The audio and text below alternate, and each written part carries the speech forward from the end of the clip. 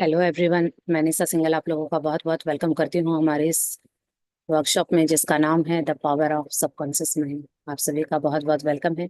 जो भी यूट्यूब पे देख रहे हैं उन सभी का भी बहुत बहुत वेलकम है। Good afternoon ma'am. Afternoon. Good afternoon ma'am. मेरी वॉइस क्लियर आ रही है? नेटवर्क में कुछ मेरे यस को मैम। आप सभी का बहुत बहुत वेलकम है। Good afternoon. हमने कल देखा कि किस तरह से कल एक लेडी थी जो बिल्कुल बिस्तर पे थी और किस तरह से पावर ऑफ सबकॉन्शियस माइंड की वजह से वो बिना किसी सहारे के चलने लगी।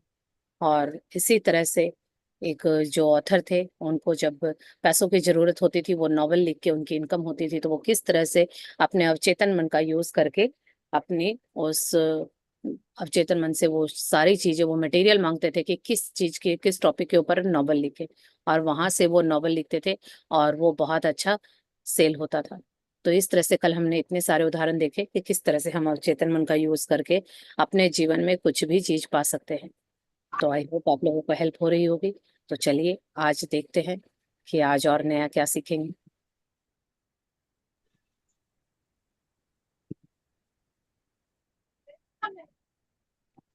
कट करी नहीं को क्योंकि डिस्टर्ब खाई मोबाइल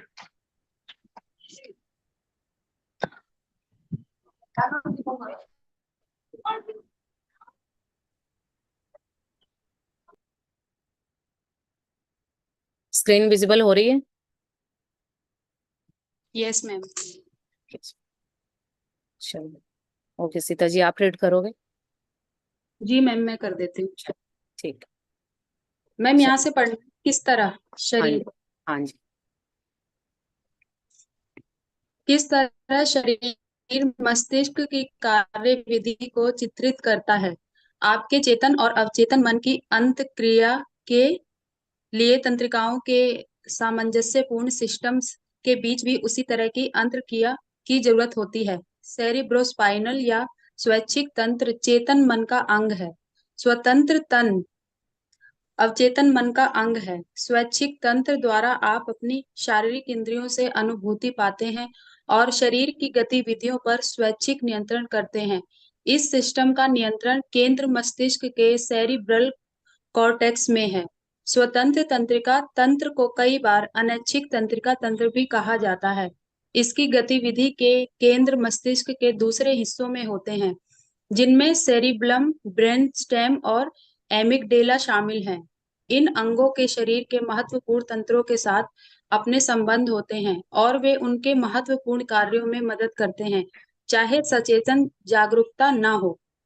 ये तंत्र अलग अलग या एक साथ काम कर सकते हैं। उदाहरण के लिए, जब खतरे की अनुभूति सेरिबलम के स्विचिंग केंद्र पर पहुंचती है तो संदेश चेतन कॉर्टेक्स और अवचेतन एमिगडेला दोनों को भेजे जाते हैं। हो सकता है कि चेतन रूप से खतरे को पहचानने और उसका मूल्यांकन करने से पहले ही व्यक्ति का रक्षात्मक तंत्र दोनों खतरे पर प्रतिक्रिया करने लगे। मानसिक और शारीरिक अंतर संबंध को देखने का एक आसान तरीका यह एहसास करना है कि आपका चेतन मन किस विचार को पकड़ लेता है, जो आपकी तंत्रिकाओं के स्वैच्छिक तंत्र के स्वैगों के अनुरूप श्रृंखला है। आपकी तंत्रिका के अनैच्छिक तंत्र में इसी तरह का एक प्रवाह उत्पन्न होता है, जिससे विचार आपके अवचेतन मन तक पहुंच जाता है, जो आपका रचनात्मक साधन है। इसी तरह आपके विचार वस्तुओं में बदल जाते हैं। आपके चेतन मन द्वारा सोचा और सच माना गया हर विचार आपके कॉर्टेक्स द्वारा मस्तिष्क के अन्य अंगों तक भेजा जाता है, जो आपके अवचेतन मन का साथ देते हैं। फिर अवचेतन मन इसे आपके शरीर में बनाता है और वास्तविकता के रूप में आपके संसार में लाता है।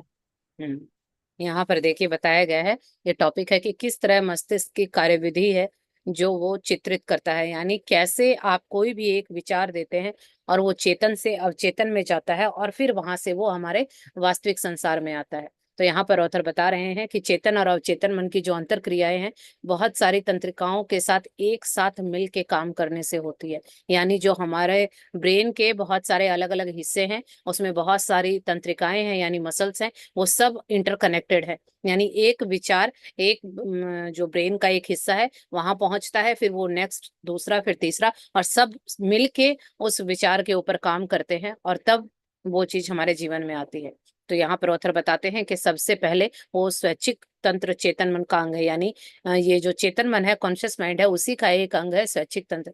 और ये जो स्वतंत्र तंत्र है अवचेतन मन का अंग है। यानी ये जो अपने आप स्वेच्छा से चलने वाला, जिसे स्वतंत्र तंत्र भी कहते हैं, ये अवचेतन मन का अंग है। यानी चेतन मन का अंग है स्वैच्छिक तंत्र और अवचेतन मन का अंग है स्वतंत्र तंत्र। यानी इसके ऊपर कोई भी बाउंडेशन नहीं है, ये फ्रीडम है इसके अंदर, ये स्वतंत्र है। तो ये जो स्वैच्छिक तंत्र है, ये आप द्वारा जो अपनी शारीरिक इंद्रियों से जो आप अनुभूति करते हैं, यानी 5 सेंसेस से जो भी आप फील करते हैं, उन शारीरिक इंद्रियों से ये उनके ऊपर गतिविधियां करता है, यानी स्वैच्छिक नियंत्रण करता है। यानी जो भी हम चेतन मन से सोचते हैं वो ये कंट्रोल करता है। और इस सिस्टम का नियंत्रण केंद्र मस्तिष्क के सेरिब्रल कॉर्टेक्स में है। हमारे मस्तिष्क के भी बहुत सारे पार्ट हैं, तो उसमें से एक पार्ट है सेरिब्रल कॉर्टेक्स, तो ये उसको कंट्रोल करता है। आगे ऑथर बताते हैं कि जो स्वतंत्र तंत्रिका तंत्र है, ये कई बार अनैच्छिक तंत्रिका तंत्र भी कहा जाता है इसको। और इसकी गतिविधि केंद्र मस्तिष्क के दूसरे हिस्सों में होती है, जिनमें ये भी जो ब्रेन के पार्ट हैं, सेरेब्लम, ब्रेन स्टेम और एमिगडेला, ये सारे हमारे ब्रेन के पार्ट हैं। यानी एक थॉट आया, ब्रेन के एक हिस्से में गया, और वो सारी जो तंत्रिकाएं हैं यानी जो नसें हैं, जाल की तरह, देखा है बिजली के तार जो होते हैं आपस में किस तरह कनेक्टेड होते हैं, तो इसी तरह से हमारे ब्रेन के अंदर ये सारी तंत्रिकाएं एक दूसरे से कनेक्टेड हैं। और वो एक हिस्से में जाके फिर वो दूसरे, तीसरे, चौथे, वो हर एक जगह, हर एक पार्ट में जाती है, और वो सब मिलके चेतन और अवचेतन दोनों मिलके वहां काम करते हैं। तो इस तरह से आपके अंगों के शरीर के महत्वपूर्ण तंत्रों के साथ आपका संबंध होता है। यानी अब मान लीजिए आपकी आंखों से, क्योंकि इंद्रिय है ना, आंख 5 इंद्रियां होती है, उनमें से आंख एक इंद्रिय है। आपने कुछ देखा, वो जो चीज आपने देखी वो क्या हुआ, वो देख के आपको आभास हुआ, तो वो ब्रेन में गया, पहले चेतन मन को ये बिल्कुल हुआ कि उसने कुछ देखा। क्या देखा, वो आपके ब्रेन की इतनी सारी तंत्रिकाओं से होके तब हमें पता चलता है कि ये कलर है, ये व्यक्ति वो है, वो जो हमें समझ आती है वो वहां से सिग्नल आता है। तो ये इतनी जल्दी हो जाता है कि हमें पता भी नहीं चलता। इसी तरह से कोई चीज गर्म है या ठंडी है तो हम हाथ लगाते हैं, और इतनी देर में ही वो जो हमारे टच से, हमारे स्पर्श से होता हुआ ब्रेन के एक हिस्से में जाता है, फिर वो दूसरे, तीसरे और सारे हिस्से में घूम के हमें ये वहां से मिलता है कि ये चीज गर्म है, इसको दोबारा नहीं छूनी है। तो इस तरह से ये चीजें काम करती हैं। तो ये चाहे सचेतन रूप से हो चाहे अवचेतन रूप से, ये दोनों ही तरह से अपने आप काम करती हैं। तो ये जो तंत्र हैं अलग अलग हैं या एक साथ काम कर सकते हैं। जैसे उदाहरण के लिए बताया गया है कि जब खतरे की अनुभूति होती है तो सेरिब्लम के स्विचिंग केंद्र में पहुंचती है। यानी जब भी आपको ये आभास होता है, कई बार होता है ना कि कई बार आप ऐसी परिस्थिति में हो, डर लग रहा है, या ऐसी परिस्थिति है कि कुछ खतरा है, कई बार रात हो गई या कुत्ते पीछे हैं, जैसे ही कुत्ता दौड़ने लगा आपके अंदर आभास होता है कि जरूर ये मेरे पीछे ना पड़ जाए। तो उस टाइम जब आपको ये मानसिक रूप से आभास होता है कि कुछ ना कुछ तो गड़बड़ है, कुछ खतरा है, तो क्या होता है, अचानक से आपका सेरिब्लम है वो स्विच की तरह ऑन हो जाता है, और ये संदेश चेतन कॉर्टेक्स फिर अवचेतन एमिगडाला और दोनों को भेजते हैं। यानी ये प्रक्रिया इतनी जल्दी जल्दी होती है कि हम रिजल्ट जो उसका डिसीजन है वो ले लेते हैं, हमें पता भी नहीं चलता कि इतनी जटिल चीज थी वो इतनी जल्दी घटित हो गई, और ये सब कुछ अपने आप हो जाता है। आगे बताते हैं कि ऑथर, हो सकता है कि चेतन रूप से आपको खतरे को पहचानने और उसके बारे में डिसीजन लेने से पहले व्यक्ति का रक्षात्मक तंत्र दोनों खतरों पर प्रतिक्रिया करने लगेगा। यानी आपकी बॉडी भी और आपका दिमाग भी, दोनों ही वहां से कैसे भागे ये डिसाइड कर लेते हैं। ये बहुत क्षणिक होता है, बहुत जल्दी होता है। तो मानसिक और शारीरिक अंतर संबंध को देखने का एक आसान तरीका यह एहसास करना है। यानी जब आपका मानसिक और शारीरिक अंतर संबंध, यानी दोनों आपस में कनेक्टेड हैं कि नहीं, ये देखने का सबसे आसान तरीका ये है कि आप फील कीजिए। जब आपको अच्छा फील हो रहा है तो इसका मतलब आपका दिल भी वही कह रहा है, दिमाग भी वही कह रहा है। लेकिन जब आपको अच्छा फील नहीं हो रहा है तो दोनों में अंतर्द्वंद है। इसका मतलब आपको अच्छा फील नहीं होने का मतलब दिमाग कुछ और कह रहा है और आपकी बॉडी कुछ और कह रही है।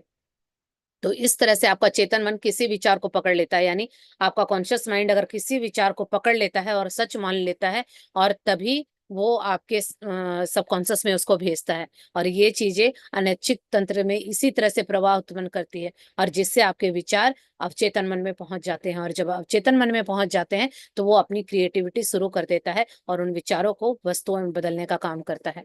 तो जब चेतन मन द्वारा सोचा गया विचार सच मान लिया जाता है तो वो उसको बोलता है अवचेतन मन में भेज दो, यानी ये ठीक है, हो सकता है। और उसके बाद जब वो अवचेतन मन में जाता है तो वहां फिर क्रिएशन चालू हो जाती है, क्योंकि अवचेतन मन का काम ही है जो विचार आया है उसको रियलिटी में लाना। और इस तरह से अवचेतन मन हमारे शरीर में उस चीज को क्रिएट करता है। हमारे वो जो भी चीज है, चाहे वो संसार की कोई भी भौतिक वस्तु हो, चाहे कोई रिश्ता हो, कोई भी चीज पहले आपके मन में बनती है, फिर शरीर में बनती है, और उसके बाद वो आपके जीवन वास्तविक रूप में आपके संसार में आती है। तो अगर आपने जो भी अपने अंदर मान लिया, विश्वास कर लिया, वो आपका अवचेतन मन निर्माण करना शुरू कर देता है। और पहले वो अब विचारों में बनती है कि ऐसा ऐसा हो, कई लोग करते हैं ना, घर बनेगा तो कैसा होगा, इतने रूम, यहाँ बेडरूम होगा, यहाँ किचन होगा, किचन ऐसा मॉड्यूलर होगा, ऐसा होना चाहिए, वैसा होना चाहिए। क्या करते हैं, पहले ब्रेन में इमेज बनती है, उसके बाद फिर आपके मन में बनती है, और जब दिल और दिमाग दोनों मान जाते हैं कि हाँ ये पॉसिबल है, तो वो चीज आपके वास्तविक संसार में आ जाती है। तो ये कौन करता है? ये सबकॉन्शियस माइंड करता है। क्योंकि बहुत सारे विचार तो आप सारा दिन में 60,000 देते हैं, लेकिन सभी चेतन मन एक्सेप्ट नहीं करता है। वो जो एक्सेप्ट करता है उसी को आगे भेजता है, और जो इग्नोर कर देता है या रिजेक्ट कर देता है वो अवचेतन मन में नहीं जाता है। तो इसीलिए जो अवचेतन मन में जाता है, चाहे वो अच्छा हो चाहे बुरा हो, वो उसका निर्माण करके आपके जीवन में रियलिटी बना के ला देता है। तो ये आपको ध्यान रखना होगा कि आपके अवचेतन मन में ऐसा कुछ भी नहीं जाना चाहिए जो आपके लिए सही ना हो। ठीक है, चलिए आगे पढ़ते हैं। एक बुद्धि है जो शरीर की देखभाल करती है। जब आप कोशिकाओं और अंगों की संरचना का अध्ययन करते हैं, जैसे आंखें, कान, दिल, लीवर, ब्लैडर आदि, तो आप पाते हैं कि उनमें कोशिकाओं का समूह सामूहिक बुद्धि का निर्माण करता है, ताकि सामंजस्य में काम हो सके। वे आदेश लेने और मास्टर माइंड चेतन मस्तिष्क के सुझावों का पालन करने में सक्षम होते हैं। एकल कोशीय जीव के अध्ययन से ये पता चलता है कि आपके जटिल शरीर में क्या चलता रहता है। हालांकि एकल कोशीय जीव में कोई अंग नहीं होते हैं, लेकिन इसके बावजूद यह गति, पाचन, पोषण, उत्सर्जन के मूलभूत कार्य करके मस्तिष्क की क्रिया और प्रतिक्रिया के प्रमाण देता है। कई लोग कहते हैं कि एक बुद्धि आपके शरीर की देखभाल करती है, बशर्ते आप इसे काम करने दें। यह एक तरह से सच है। मुश्किल यह है कि चेतन मन हमेशा बाहरी अनुभूति और इंद्रियगत प्रमाण के कारण इसमें हस्तक्षेप करता है। इससे झूठे विश्वास, डर और राय बलवान हो जाते हैं।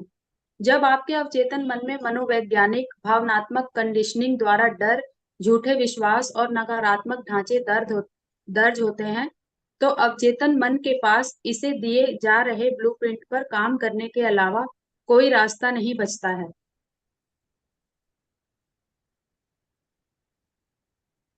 अवचेतन मन निरंतर सामान्य हित में काम करता है।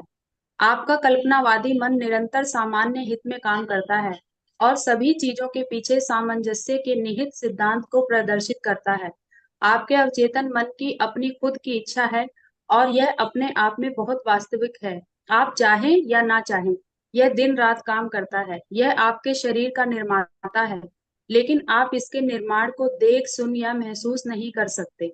यह बिल्कुल खामोश प्रक्रिया है। आपके अवचेतन का अपना खुद का जीवन है, जो हमेशा सामंजस्य, सेहत और शांति की ओर होता है। इसके भीतर दैवीय मानदंड है, जो आपके माध्यम से हर समय अभिव्यक्ति चाहता है। यहाँ पर देखिए, ऑथर बताते हैं कि एक बुद्धि है जो शरीर की देखभाल करती है, यानी हम सभी के शरीर में एक ज्ञान है, एक असीम बुद्धि है जो हर टाइम हमारी बॉडी की देखभाल करती है। वो कैसे होता है कि यहाँ पर एग्जांपल दे रहे हैं ऑथर कि जब कोशिकाओं और अंगों की संरचना का जब अध्ययन किया गया कि सेल क्या है और ये कैसे बनती है, तो जैसे आंखें, कान, दिल, लीवर, जितने भी हमारे बॉडी पार्ट हैं, उन सबकी कोशिकाओं का एक समूह है। यानी जो हमारे सेल हैं वो बहुत सारे सेल मिलके हमारे अंगों का निर्माण करते हैं, ताकि सभी सामंजस्य में काम हो सके। वे आदेश लेने और मास्टरमाइंड यानी चेतन मस्तिष्क के सुझावों का पालन करने में सक्षम होते हैं। जैसे मैंने अभी बताया कि हमारी किसी भी इंद्रिय से कोई भी चीज बाहर से हम अंदर ले जाते हैं, और वो हमारे ब्रेन के अलग अलग कोशिकाओं से, अलग अलग तंत्रिकाओं से कनेक्ट होके और बहुत जल्दी रिस्पॉन्स आ जाता है। तो इसी तरह से हमारे जो सारे बॉडी पार्ट हैं बहुत सारी कोशिकाओं से मिलके बने हैं। तो यहाँ पर ऑथर बताते हैं एकल कोशिका जीव जो आपने बायो में कभी पढ़ा होगा, अमीबा जिसे हम कहते हैं, वो एकल कोशिका यानी एक कोशिका का जीव है। और उसके अध्ययन से ये पता चला है कि आपके जटिल शरीर में क्या चलता रहता है, यानी जो जो हम अपनी बॉडी में काम करते हैं सेम उसके वो भी इसी तरह से काम करता है। उसका अपना कोई अंग नहीं होता है, सिर्फ एक ही कोशिका होती है, लेकिन इसके बावजूद भी वो गति करता है, चलता है, पाचन करता है, उत्सर्जन करता है, और जो भी मूलभूत कार्य यानी जो मेन काम है हम करते हैं वो सारी चीजें वो करता है, और मस्तिष्क की क्रिया और प्रतिक्रिया के प्रमाण भी देता है। यानी हम सबकी बॉडी है वो बहुत सारी कोशिकाओं से बनी है, लेकिन जो जीव सिर्फ एक कोशिका से बना है वो भी ये सारी चीजें करता है जो हम करते हैं। कई लोग कहते हैं कि एक बुद्धि आपके शरीर की देखभाल करती है, लेकिन बशर्ते कि आप उसे काम करने दें। अब यही हम गड़बड़ करते हैं कि वो बुद्धि अंदर से काम कर रही है, हमारा भला चाह रही है, लेकिन हम उसे करने नहीं देते। हम अपनी टांग अड़ाते हैं कि ऐसे नहीं, ऐसे करना होगा। जरा सा कहीं बॉडी में पेन हुआ तो हम ये जानने की कोशिश नहीं करते, अपने शरीर से नहीं पूछते हैं कि क्या तकलीफ है, क्यों ऐसा हो रहा है। हम क्या करते हैं, सबसे पहले कोई दवाई खा लेते हैं, पेन किलर खा लेते हैं। और हमने क्या किया, वो जो दर्द था, यानी ये बॉडी है, ये कुछ बोलना चाह रही थी, जैसे एक बच्चा अपनी माँ से कुछ बोलना चाह रहा है और उसकी माँ क्या करती है, उसको डांट के चुप करा देती कि चुप हो जाओ, अभी मेरे पास टाइम नहीं है। फिर वो थोड़ी देर में बोलना चाहेगा, फिर उसको करेगी, 2-3 बार होगा तो वो बच्चा क्या होगा, उसको पता चल जाएगा मेरी मम्मी सुनने वाली नहीं, फिर वो बहुत अग्रेसिव हो जाता है। बच्चे करते हैं ना तोड़ फोड़, वो फिर चाहते हैं कि अच्छे से अट्रैक्ट करो मुझे, मतलब देखो, पूरा अटेंशन दो, क्योंकि आप मेरी बात नहीं सुन रहे। सेम ऐसे ही बॉडी भी बिहेव करती है। अगर शरीर में कोई भी बीमारी या दर्द है, वो आपका ध्यान खींचने के लिए है कि आप कुछ गड़बड़ कर रहे हैं, कुछ चेक कीजिए कि क्या गलती है। तो अगर हम उसको ध्यान से सुनते हैं तो हमें समझ में आता है कि अंदर हमने क्या गलत डाला है जिसकी वजह से वो हो रहा है। लेकिन हम ऐसा नहीं करते हैं, हम पेन किलर लेते हैं, खा लेते हैं, वो दर्द वहां थम जाता है, फिर दोबारा से होने लगता है, क्योंकि वो तो कुछ कहना चाह रहा है और हम सुनते नहीं है। रोज का यही रिपीट होता है, और कुछ दिन के बाद क्या होता है, वो जो दर्द, वो जो कहना चाहती है बॉडी, वो ना कह के और भी ज्यादा बड़ा कर देती है, ताकि वो तो कहीं पेन हो रहा था, अब वो कहाँ का कहाँ निकलेगा और कुछ क्रिएट हो जाएगा। तो इसीलिए ऑथर कहते हैं कि एक बुद्धि है जो हमारे अंदर काम करती है, लेकिन हम उसे काम नहीं करने देते, हम अपनी बुद्धि लगा के उसका काम खराब कर देते हैं। तो यही एक तरह का सच है। मुश्किल ये है कि चेतन मन हमेशा बाहरी अनुभूतियों, भावनाओं से काम करता है। यानी चेतन मन बाहर जो दिख रहा है उसी को सच मानता है। इससे चाहे उसको झूठा विश्वास दिलाया जाए, डराया जाए, या कुछ भी उसको कुछ बोला जाए, लेकिन अगर उसके मन में अगर कुछ झूठ सच कुछ भी करके सच बन गया तो वो मान जाएगा, और अगर वो नहीं माना तो वो नहीं मानेगा। लेकिन वो उसको प्रमाण कहाँ से चाहिए, बाहर से चाहिए। तो इसीलिए कहते हैं ऑथर कि जब आपके अवचेतन मन में मनोवैज्ञानिक भावनात्मक कंडीशनिंग द्वारा डर, झूठे विश्वास और नकारात्मक ढांचे दर्ज किए जाते हैं, यानी उसके अंदर डाले जाते हैं, तो अवचेतन मन के पास इसे दिए जा रहे ब्लूप्रिंट के अलावा उसके पास कोई काम नहीं रहता है, क्योंकि वो वही करता है। और ये ज्यादातर बचपन में होता है, होता तो खैर अभी भी है। अगर मान लीजिए आप कोई भूतों भूतों की कहानियां देखते हैं या ऐसी फिल्में देखते हैं, तो क्या होता है, वहां पे सारा इमेजिन किया हुआ है। उन्होंने भी नहीं देखा है, फिल्म बनाने वाले ने, भूत क्या होते हैं, लेकिन उनका पर्पस क्या होता है कि अगर कोई हॉरर मूवी है तो व्यक्ति ज्यादा से ज्यादा डरे, ज्यादा से ज्यादा सस्पेंस में रहे, तो वो इस तरह से वहां क्रिएट करते हैं। और वो सब हम देख के क्या करते हैं, वो सब हमारे अवचेतन मन में डाला जाता है कि भूत ऐसे होते हैं, ऐसे ऐसे दिखते हैं, उनके दांत बाहर होते हैं, आंखें बड़ी होती हैं। वो सब हम देख देख के डर रहे होते हैं, और वो क्या है, वो भी एक इमेजिनेशन है। उन्होंने क्या भूतों को देखा है? नहीं। वो लेकिन एक मूवी बना दी गई, और हम क्या करते हैं, चेतन मन को लगता है अच्छा ऐसा ही होता होगा, सारी फिल्मों में काले ही भूत दिखाते हैं, काले ही होते होंगे, ऐसे ही होते होंगे, और हम उसको सच मान लेते हैं। और वो डर क्या किया, बाहर से आ गया, और हमने चेतन मन ने एक्सेप्ट कर लिया कि हाँ ऐसे होते हैं, अंधेरे में भूत होते हैं, और हम ये मान लेते हैं, और वो अंदर चला जाता है। अब चेतन मन को तो एक काम दे दिया ना आपने, एक ब्लूप्रिंट दे दिया। अब उस बेचारे के पास तो है नहीं कोई चारा, अब वो तो भूत बनाएगा ही बनाएगा, और फिर आपको चलते फिरते कहीं पे भी नजर आएंगे। तो वो क्या हुआ, क्योंकि आपने कहीं बाहर से चेतन मन से कुछ लिया और उसके अंदर डाल दिया। अब इसी तरह से आपके नेगेटिव बिलीफ डलते हैं। बाहर बचपन में किसी ने आपको बोल दिया कि आप तो किसी लायक नहीं हो, आपकी तो राइटिंग खराब है। कोई टीचर बोल देते हैं ना कि तुम तो इस सब्जेक्ट में बहुत नील हो, तुमसे तो कुछ अच्छा नहीं होने वाला, तुम देख लेना जिंदगी में कुछ नहीं कर पाओगे। अब उसने इतने स्ट्रांगली बोला कि उस बच्चे के मन में बैठ गया, और उसके मन में इतनी हीन भावना आ गई कि वाकई मैम ने बोला मैं तो कुछ नहीं कर पाऊंगा, मैं तो कुछ नहीं कर पाऊंगी। और वो चीज ऐसी बैठ जाती है कि लाइफ टाइम चलती है। अब वो क्या किया, चेतन मन ने स्वीकार कर लिया कि हाँ मैं तो जब भी मैथ का सम करती हूँ मेरी तो राइटिंग खराब है, मैं तो कुछ भी करती हूँ तो गलत हो जाता है। और ये जब अपने मन में बिठा लिया तो क्या होता है, वो फिर मन में बिठाना मतलब अवचेतन के पास भेज देना। अब अवचेतन मन उसके ऊपर काम करने लगता है, और जिंदगी भर आपसे मैथ के सम अच्छे नहीं होंगे, आपकी राइटिंग अच्छी नहीं होगी, और कुछ भी आपका काम अच्छा नहीं होगा, क्योंकि आपने उसको वही काम दिया है। तो ये क्या हुआ, ये सही नहीं था। लेकिन हमें पता नहीं था। तो इसी तरह से हम पांचों सेंसेस से बहुत कुछ ऐसा अंदर ले जाते हैं जो सही नहीं होता है। हमें लगता है कि हम लोग बहुत समझदार हैं, सोच सोच के बातें समझते हैं, नहीं, हर टाइम नहीं होता है ऐसा। कई बार दूसरों की बताई हुई बातों को भी हम, जो गलत होती है, हमारे लिए नुकसानदायक होती है, हम अंदर ले जाते हैं, और क्या होता है, वो अंदर जाके कितनी तकलीफ देती है। तो इसी तरह से, और एक बार हुआ था ना, एक अफवाह उड़ी थी, बाल काटने वाला, कितना मतलब उस टाइम था ना, वो तो जीवन में याद है, मैं जिंदगी में इतना किसी चीज से नहीं डरी थी जितना मैं उस टाइम डरी थी। मतलब मैं मरने को हो गई थी कि रात दिन मेरे दिमाग में वही सब सारी चीजें चलती थी। तो मतलब उस चीज ने इतना डरा दिया था, इतना ज्यादा, मेरे को लगता था कि कभी जीवन में इससे बाहर आऊंगी कि नहीं, क्योंकि मैं लाइफ में किसी चीज से नहीं डरी, मैं उससे इतना ज्यादा डरती। तो वो क्या है, वो बाहर का दिया हुआ था ना। और ये क्या है, मतलब इतना डर बिठा लिया गया कि कहते हैं ना, कोविड में मुझे एक दिन भी डर नहीं लगा।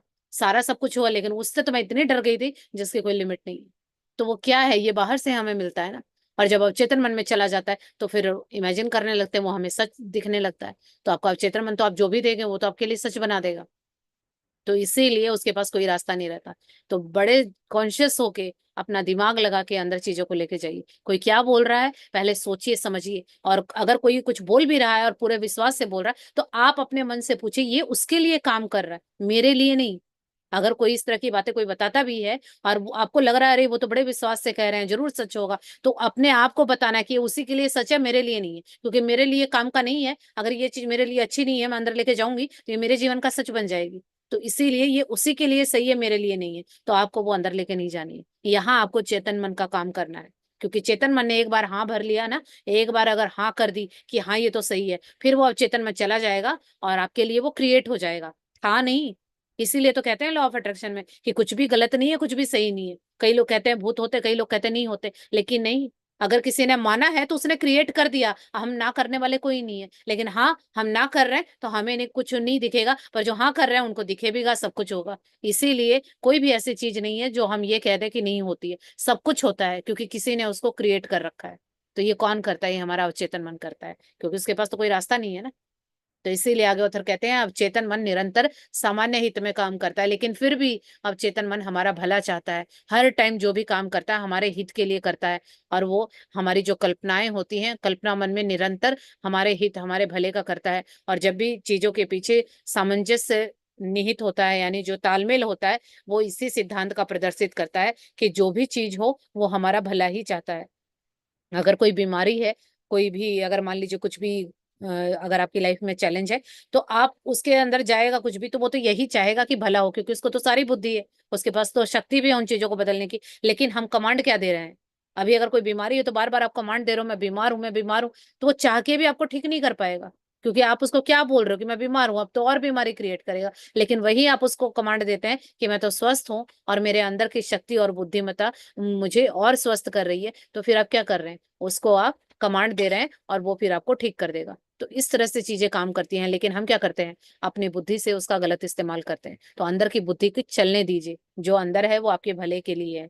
तो इसीलिए यहाँ पर आगे ऑथर कहते हैं कि आप चाहें या ना चाहें, ये तो दिन रात काम कर रहा है, और यह आपके शरीर का निर्माता है। इसने आपकी पूरी बॉडी को बनाया है, और इसके निर्माण को देख सुन या महसूस नहीं कर सकते। यानी अवचेतन मन आपके लिए क्या क्रिएट कर रहा है, आपको कहीं दिखाई नहीं देगा, ना ही सुनाई देगा, लेकिन आपको एहसास होगा।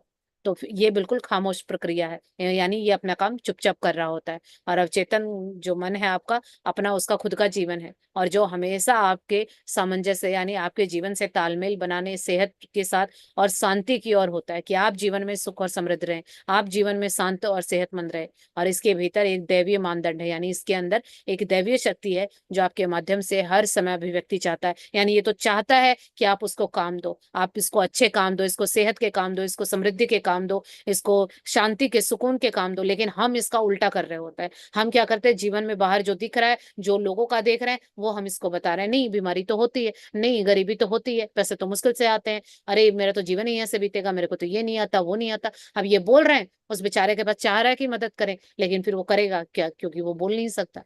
फिर वो उसी काम पे लग जाता है कि आप बोल रहे हो मैं बीमार हूं तो बीमार हूं। तो इसीलिए अवचेतन मन को वही कमांड, वही सजेशन दीजिए जो जीवन में आप अच्छा या भला चाहते हैं, क्योंकि ये हर वक्त आपके भले के लिए काम करता है। लेकिन हम इसे गलत काम करवाते हैं, और ये एक अच्छे नौकर की तरह वो गलत काम भी करने पे मजबूर है, क्योंकि ये तो हमारा हुक्म मानता है जो हम बोलते हैं। तो इसीलिए सोच समझ के बोलिए और सोच समझ के सोचिए कि आप क्या सोच रहे हैं और क्या बोल रहे हैं और क्या अनुभव कर रहे हैं। इसी से वो अवचेतन मन अपना काम करता है। चलिए आगे पढ़ते हैं। इंसान सद्भाव के निहित सिद्धांत के साथ कैसे हस्तक्षेप करते हैं। सही या वैज्ञानिक तरीके से सोचने के लिए हमें सत्य मालूम होना चाहिए। जैसा प्राचीन कहावत कहती है, आपको सच्चाई जाननी होगी, सत्य आपको मुक्त कर देगा। सच्चाई जानना अवचेतन मन की असीमित बुद्धि और शक्ति के सामंजस्य में रहना है, क्योंकि अवचेतन का झुकाव हमेशा जीवन की दिशा में रहता है। जाने अनजाने में किया गया हर असामंजस्यपूर्ण विचार या कर्म हर तरह के विवाद और सीमाएं पैदा कर देगा। वैज्ञानिक बताते हैं कि हर 11 महीनों में आपका शरीर नया बन जाता है। इसका मतलब है कि शारीरिक दृष्टि से आप सिर्फ 11 महीने बूढ़े हैं। अगर आप डर, क्रोध, ईर्ष्या और दुर्भावना के विचारों से अपने शरीर में दोबारा दोष आने देते हैं, तो इसमें आपके सिवा और कोई दोषी नहीं है। आप अपने कुल विचारों का योग्य हैं। आप नकारात्मक विचार और छवियां रखने से इनकार कर सकते हैं। अंधेरे से छुटकारा पाने का तरीका रोशनी है। ठंड से उबरने का तरीका गर्मी है। नकारात्मक सोच से उबरने का तरीका सकारात्मक विचार रखना है। अच्छाई की घोषणा करें, बुराई अपने आप गायब हो जाएगी। यहाँ पर देखिए बताया गया है कि इंसान सद्भाव के निहित सिद्धांत के साथ कैसे हस्तक्षेप करता है। यानी अभी हमने पिछले पैरा में क्या पढ़ा था कि हमारे अंदर अवचेतन मन के पास वो दैवीय मानदंड है, यानी उसके पास वो शक्ति है जिसको पता है, क्योंकि उसने पूरे शरीर को बनाया। अगर शरीर में कोई कमी है उसको पता है कि उसको कैसे ठीक करना, और उसके अंदर वो शक्ति भी है। लेकिन हम क्या करते हैं, उसके साथ हस्तक्षेप करते हैं, यानी हम अपना ज्ञान और अपनी बुद्धि चलाते हैं, और जिसकी वजह से वो अपना काम नहीं कर पाता है। तो वो हम कैसे करते हैं, यहाँ ऑथर बता रहे हैं कि जो हमें सत्य मालूम होना चाहिए। क्योंकि कई बार क्या होता है ना, कहा जाता है कि हमें, कई लोग बोलते हैं मुझे बहुत पता है, लेकिन हमें बहुत नहीं, हमें आधा ही ज्ञान है, और आधा ज्ञान तो आप सबको पता है कि कितना खतरनाक होता है। तो इसीलिए पूरे सत्य को समझिए कि पूरी सच्चाई क्या है, और जब हम सिक्के के दोनों पहलू को देख के कोई डिसीजन लेते हैं तो शायद किसी सही निर्णय पे पहुंचेंगे। लेकिन हम क्या करते हैं कि नीम हकीम खतरे जान, सबसे पहले कुछ देखा नहीं और फटाक से डिसीजन ले लेते हैं, कुछ वहां समय नहीं लगाते हैं कि उसको अच्छे से सोचने में, समझने में। तो यहाँ बता रहे हैं ऑथर कि आपको सच्चाई जाननी होगी और सत्य आपको मुक्त कर देगा। जब आपको सच का पता होगा तब आप अच्छे से चीजों को समझ पाएंगे और डिसीजन ले पाएंगे। तो सच्चाई जानना अवचेतन मन की असीमित बुद्धि और शक्ति के साथ सामंजस्य में रहना है। यानी ये सच्चाई क्या है, सच्चाई है कि आपका जो सबकॉन्शियस माइंड है, अवचेतन मन के पास असीम बुद्धि और असीम शक्ति है। उसके साथ तालमेल में रहिए, आपको जीवन में जो चाहिए ये सब कुछ ला के देगा। क्योंकि अवचेतन मन का झुकाव हमेशा आपके जीवन की दिशा में होता है। वो चाहता है कि जीवन में आप तरक्की करें, हमेशा समृद्ध रहें, क्योंकि जो कुछ भी हम चाहते हैं ना, ऑलरेडी ऊपर वाले ने देके भेजा है। लेकिन बस दिक्कत कहाँ होती है ना, हमें पता नहीं है। उसको कहते हैं ना कि एक आपके घर में एक कमरा है और उसमें बहुत सारी जो जो आप चाहते हैं सब कुछ भरा है, पर वहां ताला लगा के और आप चिल्लाए जा रहे हैं, रोए जा रहे हैं। अब बस इतना प्रयास नहीं करते क्यों ना हम उसको खोल के देखें। तो सेम हमारे साथ यही हो रहा है कि जो हमें जीवन में चाहिए ये अवचेतन मन सब कुछ ला के दे सकता है। और जाने अनजाने में किया गया आपका असामंजस्यपूर्ण विचार या कर्म इसके लिए सीमाएं और विवाद पैदा कर देता है। अब ये जाने अनजाने किया गया विचार, ये क्या है, यानी अनजाने में ही हम कुछ सोच लेते हैं। अब मान लीजिए किसी को कुछ भी पैसों की ही लगा लीजिए, या रिश्तों में दिक्कत लगा लीजिए कि रिश्तों में किसी की अनबन चल रही है, तो एक ये मिथ बना दिया गया है ना कि हमारे समाज में कहते हैं कि सास तो होती ही ऐसी है, बहुएं तो होती ही ऐसी हैं। तो ये एक बना दिया कॉन्सेप्ट। और हमने क्या किया, हमने अपने बड़ों से सुन लिया, अरे सास बहू के रिश्ते तो होते ही ऐसे, अरे उनका तो कभी बन ही नहीं सकती। तो वो क्या किया, विचार नहीं किया, जाने अनजाने दूसरों के एक्सपीरियंस, दूसरों के अनुभव हमने अपने अंदर डाल लिए। अब मेरे अंदर गए तो अब मेरा चेतन मन को मैंने बता दिया कि सास बहू के रिश्ते अच्छे नहीं होते हैं। अब मैं सास बनूंगी तो भी मुझे दिक्कत होगी, मैं बहू बनूंगी तो भी मुझे दिक्कत होगी, क्योंकि मैंने उसको बोला ही यही है कि ये रिश्ते अच्छे नहीं होते हैं, सास में भी गड़बड़ है और बहू में भी गड़बड़ है। अब वो क्या करेगा, नहीं भी होगा तो क्रिएट कर देगा, क्योंकि उसका तो काम ही है सृजन करना। तो ये इसीलिए कहा गया है। और हम क्या करते हैं, वो हमेशा हमारे भले के लिए काम करता है। तो हम ऐसे असामंजस्यपूर्ण यानी दुखों वाले विचार और दुखों वाले काम अनजाने में कर देते हैं, जानबूझ के तो नहीं करते लेकिन अनजाने में कर देते हैं। तो इससे कोई फर्क नहीं पड़ता, आप चाहे जानबूझ के कीजिए चाहे अनजाने में कीजिए, उसको तो काम दे दिया ना, वो तो काम पे लग जाएगा। तो इस तरह की बहुत सारी चीजें हैं जो हम जाने अनजाने अपने अवचेतन मन को बहुत सारे विचार दे देते हैं। और यहाँ पर वैज्ञानिक बताते हैं कि हर 11 महीने में हमारा जो शरीर है कंप्लीटली नया बन जाता है, यानी हमारी एक एक सेल दोबारा से नई बन जाती है। तो सोचिए, अगर आज कोई बीमारी है तो 11 महीने बाद जब नए सेल बन गए तो वो बीमारी नहीं रहनी चाहिए, है ना। हमारी बॉडी तो इसी तरह डिजाइन की गई है, लेकिन वो बीमारी क्यों रहती है? क्योंकि हमारी कोशिकाएं तो बदल रही हैं, बॉडी तो बदल रही है, लेकिन सोच तो वही है ना। सोच तो 11 महीने भी पहले हम बीमार महसूस कर रहे थे, गलत सोच रहे थे, आज भी वही गलत सोच रहे हैं। और जिस दिन हमने ये सोचना ठीक कर लिया तो 11 महीने में पूरी बॉडी नई हो गई, सारी कोशिकाएं बदल गई, तो हम तो दोबारा से फिर वापस ऐसे जीवन में कभी बुढ़ापा और कुछ ऐसी चीज आनी ही नहीं चाहिए, क्योंकि हर 11 महीने में हमारा शरीर ऐसे बदल जाता है जैसे कि हम बिल्कुल नए हो गए। तो वो पुरानी चीजें क्यों साथ साथ चल रही है? क्योंकि हम उनको छोड़ नहीं रहे हैं, हम वापिस से वही बुरा सोच रहे हैं। तो वो क्या हो रहा है, नए सेल बन तो रहे हैं, लेकिन फिर उसमें, अब मान लीजिए आपका पुराना घर है और अब नया घर बन गया, लेकिन आप तो वही गंदगी फैलाने वाले हैं कि आप तो जहां बैठे वहां गंदगी की। तो घर पुराना या नया मैटर नहीं करता, आप जहां जाओगे गंदगी फैलाओगे। तो सेम यही है कि बॉडी तो नहीं बन गई, लेकिन हम तो उसको, फिर विचार तो वही है, कर्म तो हमारे वही है, वही गलत सोचना, वही गलत फील करना, और वो बंद नहीं होगा तो वो नई बॉडी बनने का भी कोई फायदा नहीं है। तो ये जीवन का सच है, ये वैज्ञानिकों ने बताया है कि हर 11 महीने में आपका शरीर नया बन जाता है। और देखा जाए तो शारीरिक दृष्टि से आप हर 11 महीने, क्या होता है कि सिर्फ आप 11 महीने ही बूढ़े रह सकते हैं। अगर देखा जाए तो हम, क्या होगा, 11 महीने बूढ़े हुए, वापस से फिर वही आ गए, फिर जवान हो गए। तो ये अगर हम मान लें और इस सच को मान लें तो हम जीवन में कभी भी बीमारियां, बुढ़ापा, इस तरह की कोई चीज नहीं आएगी। और यहाँ पर यही चीजें हैं कि अगर हम डर, क्रोध, ईर्ष्या और दुर्भावना के विचारों से अपने शरीर में दोबारा दोष आने देते हैं, इसीलिए जब वो नई बॉडी बन भी जाती है 11 महीने बाद, लेकिन फिर हम वही किसी चीज से डर रहे होते हैं, दूसरों पे गुस्सा करते हैं, दूसरों को देख के जलते हैं, अपने मन में दुर्भावनाएं रखते हैं, दूसरों के लिए बहुत सारा क्लेश रखते हैं। अब वो क्या होता है, वही तो सारी बीमारी है। वो वापिस से कुछ नया जो बॉडी मिली थी वो वापिस से इस गंदगी से फिर गंदी हो जाती है, और वो गंदी का मतलब यही है कि हम फिर से बीमार हो जाएंगे, चाहे शारीरिक रूप से चाहे मानसिक रूप से। और यही वो बीमारियां हैं, और इसमें दोषी कोई नहीं है। ऑथर कहते हैं कि इसमें आपके सिवा और कोई दोषी नहीं है, क्योंकि ये विचार कौन करता है। अब मान लीजिए मैं बोलूं, मेरे बदले आप सोच नहीं सकते ना। मेरी बॉडी 11 महीने में नहीं बन गई, तो मेरी रिस्पॉन्सिबिलिटी थी कि मैं कुछ अच्छा सोचूं, नया सीखूं, नया करूं, तो मैं पॉजिटिव रहूं। मेरे बदले में अगर मैं किसी को बोलूं कि मेरे बदले भैया कोई और सोच लो, नहीं कर सकता, कोई नहीं कर सकता। ये आपको ही करना होगा, क्योंकि बीमारी भी आप ही लेके आ रहे हैं और हेल्थ भी आप ही लेके आएंगे। तो सब अपने, कहते हैं ना, रिस्पॉन्सिबिलिटी लीजिए। तो अपने जीवन की, अपने शरीर की, अपने विचारों की जिम्मेदारी लीजिए, क्योंकि आपके विचारों के बिना उसको कोई ठीक नहीं कर सकता। क्योंकि गलत आप सोच रहे हैं तो सही भी आपको ही सोचना होगा। और आपके जितने भी कुल विचार हैं, यानी सारे विचारों का जो योग है यही है। और ये आप नकारात्मक विचार और छवियां रखने से जब इनकार कर सकते हैं, ये तो आपकी चॉइस है ना। हम अगर मान लो बुरा सोचते हैं, अगर मुझे गुस्सा आता है, तो उस टाइम मेरे पास चॉइस है कि मैं गुस्सा करूं या ना करूं। वो, लेकिन हमें इजी लगता है ना, हम फटाक से गुस्सा ही कर देते हैं। और कई लोग कहते हैं कि नहीं, हम तो इतना गुस्सा नहीं करते, बस गुस्सा हो जाता है। तो हर जगह नहीं होता, गुस्सा अपने से कमजोर पे होते हैं।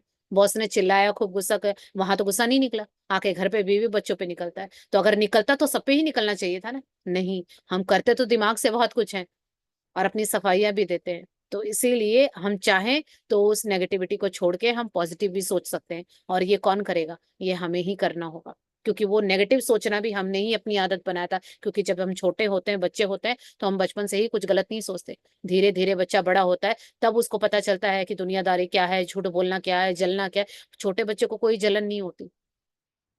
1-2 साल के बच्चे को कोई क्या कर रहा है उसको कोई मतलब नहीं है, क्या है क्या नहीं है उसको, ना कोई डर होता है, ना कोई द्वेष होता है, कोई भी गलत भावना नहीं होती। ये जैसे जैसे हम बड़े होते हैं, आसपास के समाज के द्वारा डाल दी जाती है। तो अब ये हमारी रिस्पॉन्सिबिलिटी है कि जैसे हमने बुरा डाला, इसी तरह से हम अच्छा डालें, ताकि ये बुरा हमारा हट जाए। क्योंकि इससे छुटकारा पाने का यही है कि आप अंधेरे से डर रहे हो और अंधेरे से छुटकारा पाना चाहते हो, तो अंधेरे से लड़ना नहीं है, वहां एक कैंडल जला लीजिए, अंधेरा गायब हो जाएगा। इसी तरह से अगर आपको ठंड लग रही है, तो ठंड के साथ झगड़ा नहीं करना है, बल्कि गर्मी का कोई तरीका खोजना है। क्या आप हीटर चलाएंगे या अपने वार्म कपड़े पहनेंगे, क्या करेंगे, वुलन पहनेंगे, तो आप अपने आप वो सर्दी चली जाएगी। और इसी तरह से अगर आपको नेगेटिव विचार, अपनी नकारात्मक सोच हटानी है, तो कुछ नहीं करना, उसे लड़ना नहीं है कि मैं नेगेटिव क्यों सोच रही हूँ, ऐसा क्यों हो रहा है, नहीं, कुछ नहीं करना है, पॉजिटिव सोचना शुरू कर दीजिए। और जब पॉजिटिव सोचेंगे, क्योंकि एक बार में तो एक ही काम होगा ना, जब पॉजिटिव की तरफ फोकस होगा तो ये चीज अपने आप निकल जाएगी। तो यही वो तरीका है, अच्छाई की घोषणा करें, अपने आप को अच्छी बातें बोले, और बुराई अपने आप गायब हो जाएगी। यानी जब आप अच्छा बोलना शुरू करते हैं, अपने लिए अच्छा सोचना शुरू करते हैं, और शुरुआत अपने से कीजिए। हम बड़े सयाने बनते हैं, खासकर लेडीज, परिवार को देख लो, मेरे हस्बैंड का हो जाए, मेरे बच्चे का हो जाए, मेरा इसका हो जाए, कुछ नहीं, पहले अपना देखिए। जब तक आप खुश नहीं है, आप अपने आप को वर्दी नहीं समझते, आप खुद की रिस्पेक्ट नहीं करते, किसी को कुछ नहीं दे पाएंगे। किसी भी चीज की शुरुआत करनी है तो खुद से कीजिए, और जब आप खुद की वैल्यू समझते हैं, खुद को प्रेम करते हैं, खुद की रिस्पेक्ट करते हैं, तभी आप दूसरों की भी कर पाएंगे, और जो दूसरों को देंगे फिर आपको भी मिलेगा। लेकिन हम क्या करते हैं, खुद की रिस्पेक्ट करते नहीं है, खुद की वैल्यू करते नहीं है, खुद का ख्याल रखते नहीं है, लगे पड़े हैं सबके पीछे। और बदले में क्या होता है कि लोग करवा भी लेते हैं, बाद में कहते हैं किसने बोला था अपना ख्याल नहीं रखने के लिए। या कई लेडीज कहती है ना, दिन रात काम किया, शाम को जैसे ही करती है वो आउच चालू हो जाता कि कोई मूव लगा दे कि आज मैंने सारा दिन इतना इतना काम किया। अब सोच तो रहे हैं कि कोई बोलेगा अरे वाह आज इतना काम किया, और फिर सुनने को क्या मिलता है, किसने बोला था इतना काम करने को, थोड़ा नहीं कर सकते थे, कल कर लेते। ये क्या किया, खुद की वैल्यू नहीं की ना, इसलिए तो ऐसा हुआ। तो अगर खुद की वैल्यू कदर करते तो ना तो मूव लगाने की जरूरत पड़ती, और ना किसी से सिंपैथी लेने की जरूरत पड़ती। तो इसीलिए ऐसे काम मत कीजिए, क्योंकि हम सबके साथ क्या हो रहा है ना, दूसरों की सिंपैथी लेना, यानी दूसरों से प्यार लेना, वो ऐसा हाल हो गया है कि जिनसे हम मांग रहे हैं उनके पास भी नहीं है। दो भिखारी आपस में लड़ रहे हैं कि पैसे चाहिए, सेम हालात हमारे हैं। किसी के अंदर भी लव रिस्पेक्ट नहीं है, और हम जिनसे मांग रहे हैं उनके पास भी नहीं है, तो कहाँ से देंगे। तो इसीलिए वो सबके अंदर अपना अपना है, तो पहले खुद का जगाइए। जब खुद का ग्लास फुल हो जाएगा, तब हम औरों को दे पाएंगे। तो इसीलिए खुद को पॉजिटिव रखिए, सकारात्मक रखिए, खुद की वैल्यू कीजिए, खुद की कदर कीजिए, और अपने अच्छे गुणों पे फोकस रखिए, और निरंतर अभ्यास कीजिए, काम कीजिए। तब आप देखेंगे कि एक लेवल ऐसा आता है, जो चीज आप बाहर ढूंढ रहे थे वो सारी आपके अंदर है, और धीरे धीरे बाहर निकलने लगेगी। और जब आपके पास फुलफिल हो जाता है ना, तो फिर आपको जरूरत भी नहीं रहती है। लेकिन मेरा ऐसा मानना है, मेरे जीवन का अनुभव है, कि जब आप कुछ मांग रहे होते हो तो नहीं मिलता है, लेकिन जब आप अपने अंदर से क्रिएट कर देते हो तो भर भर के मिलता है, तब आपको जरूरत भी नहीं होती है, लेकिन हाँ तब मिलता है। तो करके देखिए, जिन्होंने अनुभव किया होगा कि थोड़ा सा भी अपने ऊपर काम किया है, तो अब लोग समझने लगे हैं, पहले कोई नहीं समझता था। तो पहले खुद को समझिए, बाद में दूसरों को समझेंगे। तो पहले खुद की कदर कीजिए, खुद को पॉजिटिव एफर्मेशन बोलिए, और खुद की कमियों को सुधारिए। तो धीरे धीरे जब आप अच्छाई पे काम करेंगे तो बुराई अपने आप गायब हो जाएगी। चलिए आगे बढ़ते हैं। सेहतमंद, जीवंत और शक्तिशाली बनना स्वाभाविक क्यों है? बीमार होना अस्वाभाविक क्यों है? औसत बच्चा दुनिया में बिल्कुल स्वस्थ आता है और इसके सभी अंग सटीकता से काम करते हैं। यही सामान्य अवस्था है। हमें स्वस्थ, जीवंत और शक्तिशाली होना चाहिए। आत्मरक्षा की अनुभूति मानव स्वभाव की सबसे प्रबल अनुभूति है। यह आपके स्वभाव में निहित सबसे शक्तिशाली, हमेशा मौजूद और लगातार काम करने वाली सच्चाई है। जब आपके विचार और विश्वास हमेशा आपकी रक्षा करने वाले जीवन सिद्धांत के सामंजस्य में होंगे, तो वे अधिक क्षमता से कार्य करेंगे। इससे यह निष्कर्ष निकलता है कि असामान्य परिस्थितियों के बजाय सामान्य परिस्थितियां ज्यादा आसानी और निश्चितता से वापस पाई जा सकती हैं। बीमार होना असामान्य है। बीमारी का यह अर्थ है कि आप जीवन की धारा के विपरीत जा रहे हैं और नकारात्मक सोच रहे हैं। जीवन का नियम विकास का नियम है। पूरी प्रकृति खामोशी से लगातार धीरे धीरे विकास करके इस नियम के प्रमाण देती है। जहां भी विकास और अभिव्यक्ति है, वहां जीवन है। जहां जीवन है, वहां सामंजस्य है। और जहां सामंजस्य है, वहां आदर्श स्वास्थ्य है। अगर आपकी सोच आपके अवचेतन मन के रचनात्मक सिद्धांत के सामंजस्य में है, तो आप सामंजस्य के निहित सिद्धांत का लाभ उठा रहे हैं। अगर आपके विचार सामंजस्य के सिद्धांत के अनुरूप नहीं है, तो ये आपसे चिपक जाएंगे, आपको सताएंगे, आपको चिंतित करेंगे और अंततः बीमारी उत्पन्न कर देंगे। अगर इसके बाद भी इन विचारों को नहीं छोड़ा गया, तो शायद मृत्यु भी उत्पन्न कर देंगे। बीमारी के उपचार में आपको अपने पूरे तंत्र में अवचेतन मन की महत्वपूर्ण शक्तियों का प्रवाह और फैलाव बढ़ाना होगा। डर, चिंता, तनाव, ईर्ष्या, नफरत और अन्य हर विनाशक विचार को हटाकर ऐसा किया जा सकता है। ये विचार आपकी तंत्रिकाओं और ग्रंथियों को कमजोर तथा नष्ट कर देते हैं।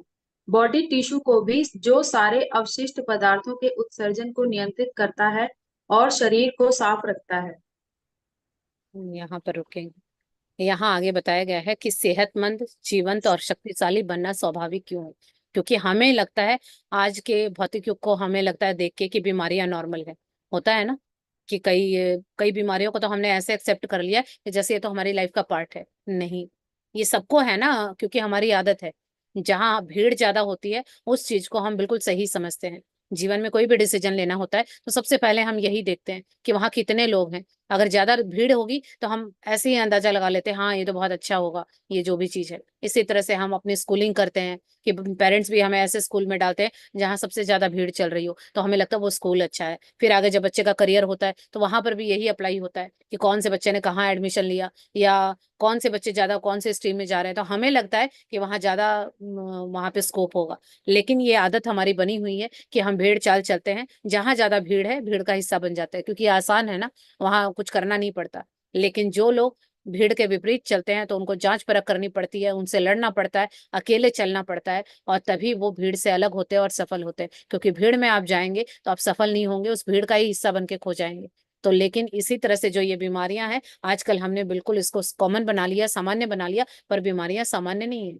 आज से एक दो पीढ़ी ऊपर अगर हम अपने ग्रैंड पेरेंट्स को देखें तो इस तरह की कोई बीमारियां उनको नहीं थी। वो इतना इतना मीठा खाते थे लेकिन फिर भी उनको शुगर नहीं था। और आजकल की जनरेशन तो कहती है हम मीठा खाते ही नहीं है, फिर कहाँ से शुगर आ गया?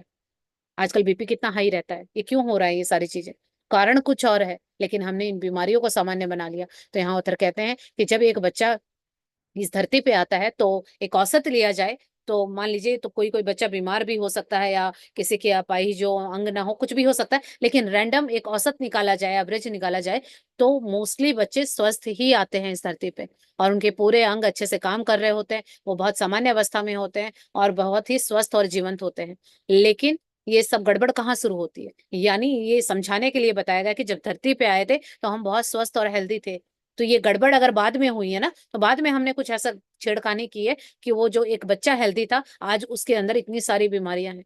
तो जब बाद में अगर कुछ डाला है खराब है तो उसको निकाल भी सकते हैं, कुछ अच्छा भी डाल सकते हैं। तो यहाँ पर यही ऑथर बता रहे हैं कि हमें विश्वास करना होगा कि जो एक रक्षा सिद्धांत है, एक नियम है जो जीवन देने वाला है, वो हमारे अंदर है। और जब हम उसके साथ तालमेल बिठाएंगे तभी वो हमें उस सामान्य जीवन देगा। यानी सामान्य कौन सा जीवन? सेहत का, अच्छा, खुशियों भरा, एनर्जेटिक जीवन, जैसे कि बचपन में होते हैं। बच्चों को आप 10 मिनट बिठा नहीं सकते हैं, उनके अंदर इतनी एनर्जी होती है।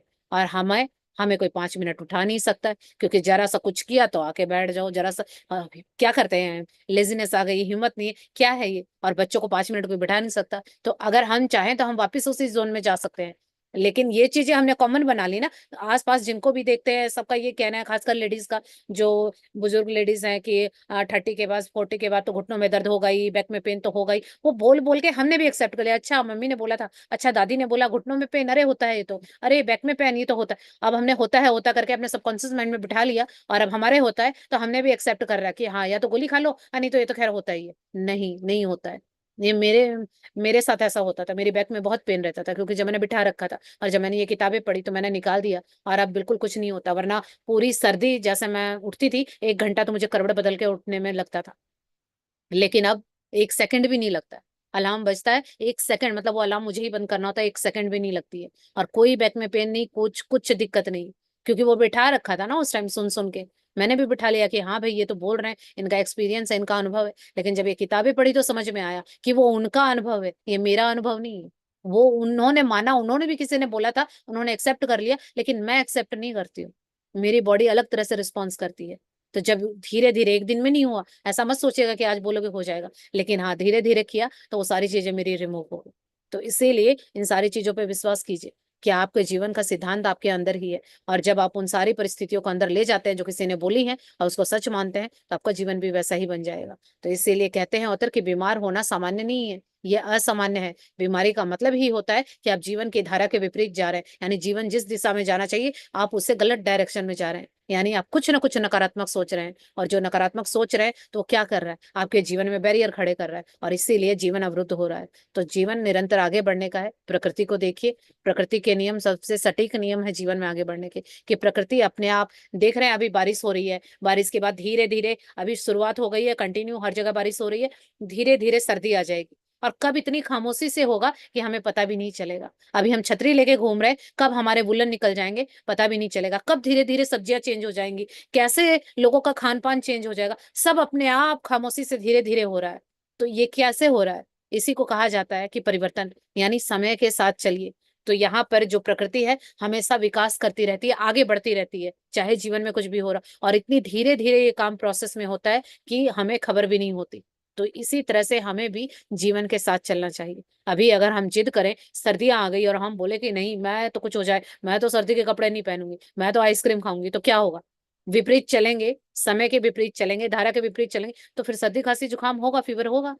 तो यही हम करते हैं हमेशा। क्या होता है, जीवन के विपरीत चलते हैं, और जीवन की सही जिस दिशा में जीवन जा रहा है उसी दिशा में आप चलते हैं तो कभी गड़बड़ नहीं होगी। आजकल क्या हो रहा है, खाने पीने की चीजें जो पहले होती थी, जो सीजनल फ्रूट्स वेजिटेबल्स होते थे, और आजकल क्या होता है, स्टोर वाले आते हैं। अब हम कितने होता है ना कि हम तो स्टोर वाली चीजें लेके आए हैं, ये पता है एक एप्पल 100 रुपीज का है, कितने खुश होते हैं। क्या हो रहा है, उससे कोई फायदा नहीं मिलने वाला, हम खुश हो गए, सब शो ऑफ कर रहे हैं। अभी सर्दी में हम मैंगो खा रहे हैं, वो नहीं आता सर्दी में, आप खुश हो रहे हैं, और उससे कोई बेनिफिट नहीं होने वाला आपको। तो वो क्या है, वही तो है जीवन के विपरीत। वो उस टाइम की फसल है ही नहीं, तो आप कहाँ से आप खा रहे हैं, वो बात अलग है, वो स्टोर किया गया, तो उसमें इतने सारे केमिकल हैं, तो अंदर जाके वो कुछ अच्छा तो करने वाला है नहीं। लेकिन यही है वो, हम की जीवन की दिशा से उल्टे काम करते हैं तो क्या होगा, फिर वो उल्टा ही असर होगा, क्योंकि कुदरत ने उसको गर्मी में बनाया, तो कोई तो रीजन होगा ना। लेकिन हम जब अपनी चलाने लगते हैं, अपने बुद्धि का यूज करते हैं, तभी दिक्कत आती है। तो इसीलिए यहाँ ऑथर कहते हैं कि जहां भी विकास की अभिव्यक्ति होती है वहीं जीवन होता है। यानी आप विकसित होने के लिए आए हैं, आज भी यहाँ खड़े हैं, 10 साल पहले भी यहीं खड़े थे, कोई कुछ जीवन में परिवर्तन नहीं आया, तो फिर आप कुछ नहीं कर रहे हैं। इसका मतलब यही है कि आपका प्रकृति के साथ कोई भी सामंजस्य नहीं है, आप जीवन की उल्टी दिशा में चल रहे हैं। वरना हर प्रतिदिन जीवन में अंतर आना चाहिए। कल आज जहां खड़े हैं, अपने आप को देखिए कि मैं कल कहाँ थी या कहाँ था, आज मेरे अंदर क्या परिवर्तन आया। और वो परिवर्तन का मतलब क्या है कि कुछ अंदर डाल रहे हैं, कुछ अच्छा जा रहा है, तभी तो दिशा में जाएंगे ना। जीवन की दिशा को कब पकड़ेंगे, जब उसके साथ लय से लय मिलाएंगे। तो क्या परिवर्तन आ रहा है आपके अंदर, कल क्या बोलते थे, गुस्सा बहुत ज्यादा आता था, या आज कम आने लगा, और थोड़ा काम किया और कम हो गया, और कम हो गया। अब क्या हो गया, एक टाइम गुस्सा बहुत ज्यादा आता था, काम करते करते कम हो गया, और अब आप शांत रहने लगे। ये है परिवर्तन। और ये एकदम से नहीं होगा, लय के साथ होगा, धीरे धीरे काम करने से होगा। तो इसी तरह से ऑथर कहते हैं कि जहां भी विकास है वहां विकास है और अभिव्यक्ति है। यानी अगर आप जीवन में आगे की तरफ बढ़ रहे हैं, आपका जीवन विकसित हो रहा है, तो यही आप जीवन की अभिव्यक्ति है। और जहां जीवन है वहां तालमेल है, सामंजस्य है, और जहां सामंजस्य है वहीं पर आदर्श स्वास्थ्य है। तो आपका स्वास्थ्य हेल्दी तभी होगा जब आप जीवन से तालमेल बनाएंगे, प्रकृति के नियमों का पालन करेंगे। लेकिन हम ऐसा नहीं करते हैं, तो यही दिक्कत आती है। आगे ऑथर बताते हैं कि अगर आपकी सोच और आपके अवचेतन मन के रचनात्मक सिद्धांत के साथ सामंजस्य में है, तो आप इसका लाभ उठा रहे हैं। यानी आपकी सोच सकारात्मक है, आप वही बातें सोचते हैं, बोलते हैं, महसूस करते हैं जो आपके लिए अच्छी है। क्यों? क्योंकि इस तरह करके आप अवचेतन मन में वही चीज डाल रहे हैं, वो वही बना रहा है, तो आपका स्वास्थ्य अच्छा होगा ही होगा। लेकिन अगर यही विपरीत कर रहे हैं कि बुरा बुरा सोच रहे हैं, अपने लिए सोचे चाहे दूसरों के लिए सोचे, नुकसान आपका होने वाला है। हमें लगता है ना, कई बार हम दूसरों से जल रहे होते हैं, उसकी साड़ी मेरी साड़ी से सफेद कैसे, बहुत सारे कॉन्सेप्ट चलते रहते हैं, है ना, कि कुछ उसका मेरे से बेहतर कैसे हो गया, वो मेरे से आगे कैसे निकल गया। ये जो होड़ लगी हुई है, ये जिस दिन छूट जाएगी, तो ये आप क्या सोच रहे हैं कि दूसरे को नुकसान हो रहा है। कई बार हम बुरा बुरा भी बोल देते हैं, उसका ऐसा हो जाए, ऐसा हो जाए, उसने ऐसे बोला। तो आप क्या सोच रहे हैं, अंदर जो है अवचेतन मन, वो किसी को नहीं समझ रहा, वो तो आपको ही समझ रहा है, और वो आपके लिए ही वो करेगा। जो आप दूसरों को दे रहे हो, वो दूसरे को कुछ नहीं लग रहा, वो आपको ही लग रहा है। तो इसीलिए इन सारी चीजों को बंद कीजिए। किसी के बारे में भी नहीं बुरा सोचना और बोलना, ना ही अपने बारे में। और शुरुआत पहले खुद से कीजिए। जो व्यक्ति खुद से प्यार करता है, खुद की इज्जत करता है, वो दूसरों की भी इज्जत करता है, दूसरों से भी प्यार करता है, वो दूसरों के बारे में बुरा नहीं बोलता। और दूसरों के बारे में बुरा बोलना, ईर्ष्या करना वही करता है जो खुद को पसंद नहीं करता, क्योंकि उसके अंदर खुद को ही जो एक्सेप्ट नहीं करता, वो दूसरों को कैसे एक्सेप्ट करेगा। तो इसीलिए सबसे पहले अपने ऊपर काम कीजिए, खुद को एक्सेप्ट कीजिए। खुद के ऊपर काम करेंगे, जब आप खुश रहेंगे, आप हेल्दी रहेंगे, तभी आप भी सोच भी हेल्दी रहेगी। तो इसीलिए ऑथर कहते हैं कि अगर आप स्वस्थ हैं, तो इसका मतलब आप उस प्रकृति के नियमों के साथ तालमेल बिठाए हुए हैं। और अगर आप स्वस्थ नहीं है, तो इसका मतलब है कि आपके विचारों में गड़बड़ है, आप कुछ ना कुछ गलत सोचते हैं। चाहे अपने बारे में सोचे, चाहे दूसरों के बारे में सोच रहे हैं, नुकसान तो आप ही का होगा। तो इसीलिए तो कहा जाता है कि अगर कई लोग बहुत सारे चीजों को पकड़ के रखते हैं, लोगों को कहते हैं मैं उसको माफ कभी नहीं करने वाली, जीवन में कुछ हो जाए मैं मर जाऊंगी लेकिन उसको माफ नहीं करूंगी। वो आप नहीं करेंगे, उसका कुछ नहीं बिगड़ रहा, वो तो कर करा के चलती है जो करना था। लेकिन अगर आपके अंदर ये आग अभी भी जल रही है, पता नहीं अंदर और भी क्या क्या जल रहा है, वो अंदर आपकी और तो जल रहा है, आपके सपने भी साथ साथ जल रहे हैं। क्योंकि जब आग लगेगी तो वो नहीं देखेगी ना आपका अच्छा क्या बुरा क्या, वहां अच्छी चीजें भी जलेंगी। तो इसीलिए जो हो चुका उसको छोड़ दीजिए, उसको कब तक साथ लेके चलेंगे। फॉरगिव कीजिए उन सारी चीजों को, उन सारे लोगों को। ये चीजें बहुत मैटर करती हैं।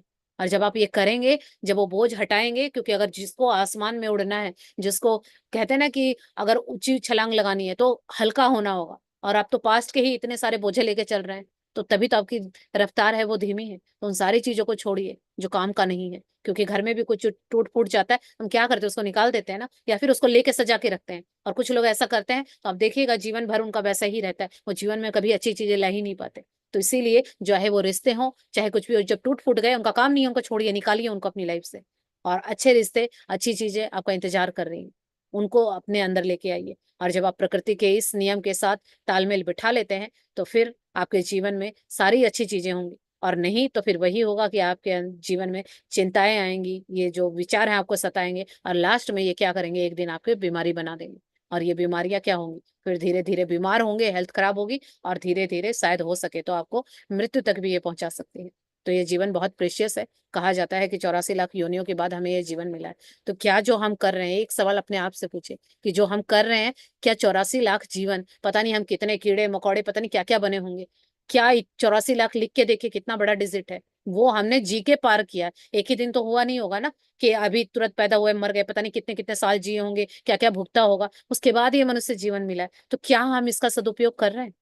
अपने अपने ही आप से ये सवाल पूछिए, तब आप सबको माफ कर देंगे, सब कुछ छोड़ देंगे।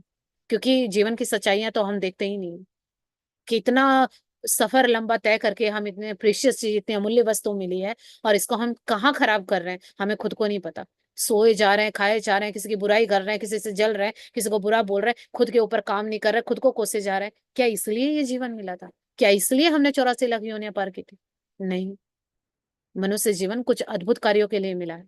अपने ऊपर काम कीजिए, और फिर आगे देश के लिए, समाज के लिए, परिवार के लिए, हर एक किसी का कर्ज है हमारे ऊपर, उन सबका कर्ज भी चुकाना है। सिर्फ अपना अपना करने से नहीं होगा। तो इसीलिए इन सारी चीजें, जो फालतू की छोटी छोटी चीजें, इनको हटाइए लाइफ से, ये काम की नहीं है। और यहाँ पर यही चीज है, प्रकृति से सामंजस्य करना। प्रकृति सबके लिए एक समान है, किसी में भेदभाव नहीं करती है। सूरज सबको समान रोशनी देता है, वो नहीं देखता कौन अमीर कौन गरीब है, कौन काला है कौन गोरा है। नहीं, उसको इससे मतलब नहीं है, चाहे उसको कोई बुराई क्यों ना बोल रहा हो, लेकिन उसका काम है वो अपना करते जा रहा है। तो इसी तरह से हमें भी यही बनना है। और प्रकृति के नियमों को जो जान लेता है, वो जीवन में कभी हार नहीं सकता। तो इसीलिए प्रकृति के नियमों के साथ तालमेल बनाइए, अपने सोच के दायरे को बड़ा कीजिए, अपने ऊपर काम कीजिए। और यही बताया गया है कि अगर ये सब नहीं करेंगे तो बीमारी आएंगी, और बीमारियां फिर कहाँ तक ले जाएंगी, और ये मनुष्य जीवन जो इतनी मुश्किलों से मिला था, ये सारा हम ऐसे ही खो देंगे, और अंत समय में बोलेंगे कि काश मैंने ऐसा कर लिया होता, काश मैंने वो कर लिया होता, और फिर हाथ में कुछ नहीं रह जाएगा। और ये समय रेत की तरह आपके हाथ से फिसला जा रहा है। एक एक पल बहुत कीमती है, क्योंकि ये जो सांसें हैं ना, लिमिटेड मिली हैं। यहाँ कोई हम 1000 2000 साल जीने नहीं आए। जिसका जितना भी जीवन है लिमिटेड है, और हर पल हम अपनी उस लिमिट के पास और करीब पहुंचते जा रहे हैं। तो इसीलिए इस जीवन का सदुपयोग कीजिए। नहीं पता था वो तो निकल गया, लेकिन जो पता है इसको अच्छे से जी लीजिए। आगे ऑथर कहते हैं कि बीमारी के उपचार में आपको अपने पूरे तंत्र में अवचेतन मन की महत्वपूर्ण शक्तियों का प्रवाह, फैलाव बढ़ाना होगा। अगर फिर भी गलती से अगर आपके अंदर कोई बीमारी आ भी गई है, क्योंकि आपने कुछ गलत सोचा था, तो क्या करना होगा, आपको अवचेतन मन में अब अच्छे विचार डालने होंगे। वो सकारात्मक विचार आप डालेंगे तो क्या होगा, जो वो डर, चिंता, तनाव, ईर्ष्या, नफरत के जो विनाशक विचार हैं, वो धीरे धीरे हट जाएंगे, और उसकी जगह सकारात्मक विचार, प्रेम के, सद्भावना के, शांति के, ये विचार जब जाएंगे, तो धीरे धीरे वो बीमारी खत्म हो जाएगी। और ये विचार आपकी तंत्रिकाओं और ग्रंथियों को कमजोर तथा नष्ट कर देते हैं, जो बुरे विचार होते हैं। और धीरे धीरे हमारे टिश्यू को, यानी सबसे पहले ये हमारी सेल को, टिश्यू को, बोन्स को, धीरे धीरे ये काम हो रहा होता है। इतनी आसानी से नहीं होता कि आज को कुछ भी गलत सोचा और हो गया, नहीं। ये बहुत लंबा प्रोसेस होता है। तो इसीलिए अपनी जो ये गलत सोचने की आदत है, इसको बंद कीजिए। और मेरा जहां तक मानना, मैंने ये सारी चीजें की है, तो मैं बता पा रही हूँ। गलत सोचना, अगर आप सोचते हो कि खाली बैठते हैं, पुरानी यादें आती हैं, वही लोग आते हैं, उसने ऐसा बोला, ऐसा किया, ये सबके साथ होता है, हम नॉर्मल है, हम इंसान है। इससे निकलने का एक ही उपाय है, अपने आप को कहीं बिजी कर लीजिए। कोई भी काम शुरू कर दीजिए, कुछ सीखना शुरू कर दीजिए, या कुछ सिखाना शुरू कर दीजिए। और ऐसा सीखना या सिखाना, ऐसा मत कीजिएगा कि मैं यूट्यूब से देख के सीखूंगी, ऐसा करूंगी, नहीं। ऐसा कीजिए कि 4 लोगों, आप, ऐसा है कि 4 लोगों की कमिटमेंट है, आप बंद जाए। जैसे ये क्लास है, मैं बंधी हुई हूँ, चाहे कुछ भी हो, मुझे ये क्लास लेनी है। तो ऐसी कमिटमेंट हो कि सीख रहे हैं तो भी आप बंद जाएं, कि आप वहां स्किप ना कर सकें। और सिखा रहे हैं तो भी ऐसा नहीं, आपको एक रिस्पॉन्सिबिलिटी होनी चाहिए कि ये तो मुझे करना ही है। और जब आप इस तरह से बंधेंगे ना, तो आप देखेंगे विद इन 15 डेज आपकी सोच में फर्क आने लगेगा। क्योंकि जैसे ही हम खाली होते हैं, और हमारा दिमाग पास्ट में जाके वही फोल्डर खोल के लाता है, और वो जो एल्बम है, वो सारी पुरानी यादों की, बुरी बुरी यादों की खुल जाती है। इसको रोकने का सिर्फ एक उपाय है, अपने आप को बिजी कर दीजिए। किसी भी काम में अपने आप को इन्वॉल्व कर दीजिए, और काम भी ऐसा होना चाहिए जो आज अब यूट्यूब से करेंगे तो आज करेंगे, कल को मन नहीं करेगा फिर छोड़ देंगे, नहीं।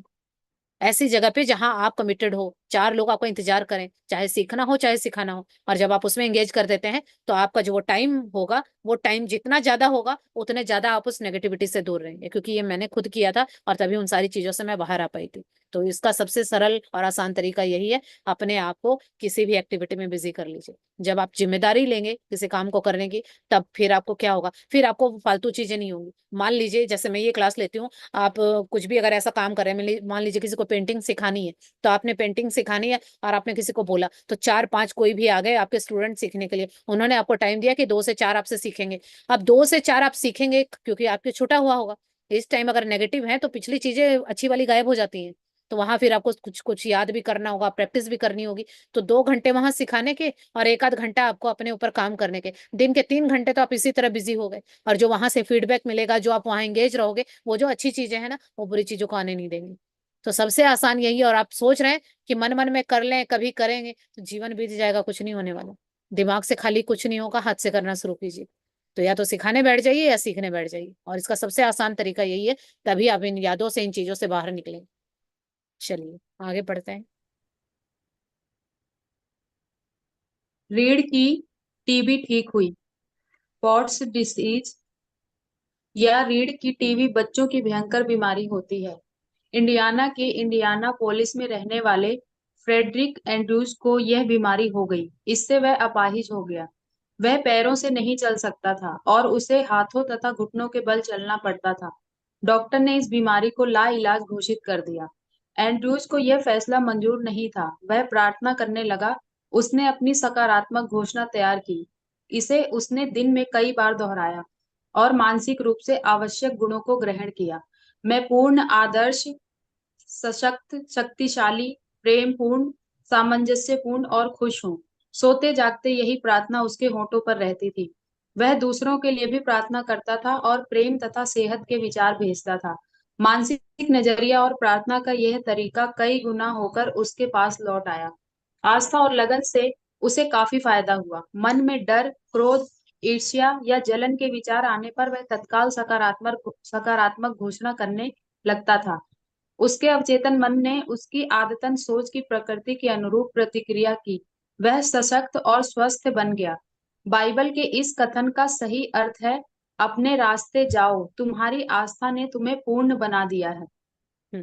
यहाँ देखिए, अवचेतन मन की शक्ति के द्वारा रीढ़ की जो हड्डी होती है उसमें टीबी की बीमारी थी, वो भी ठीक हो गई।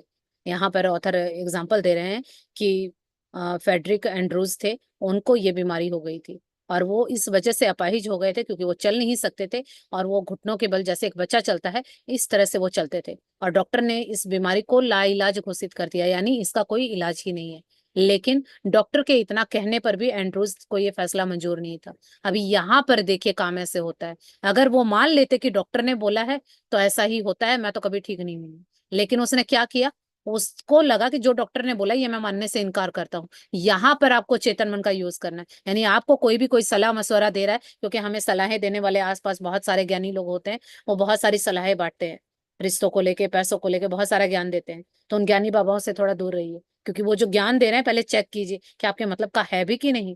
अगर वो मतलब का नहीं होगा तो अनजाने में आप कुछ अंदर ऐसा ले जाएंगे जो आपके जीवन के लिए बहुत बेकार साबित होगा। तो यहाँ पर देखिए, डॉक्टर ने बोला कि इस बीमारी का कोई इलाज ही नहीं है, लेकिन एंड्रूज को यह फैसला मंजूर नहीं था। उन्होंने मानने से ही इनकार कर दिया कि मुझे नहीं पता, पर मैं तो इस बीमारी से बाहर निकलूंगा। और उसने अपनी सकारात्मक घोषणा तैयार की, और वो दिन में कई बार मानसिक रूप से इस लाइन को दोहराता था कि मैं पूर्ण, आदर्श, सशक्त, शक्तिशाली, प्रेमपूर्ण, सामंजस्यपूर्ण और खुश हूँ।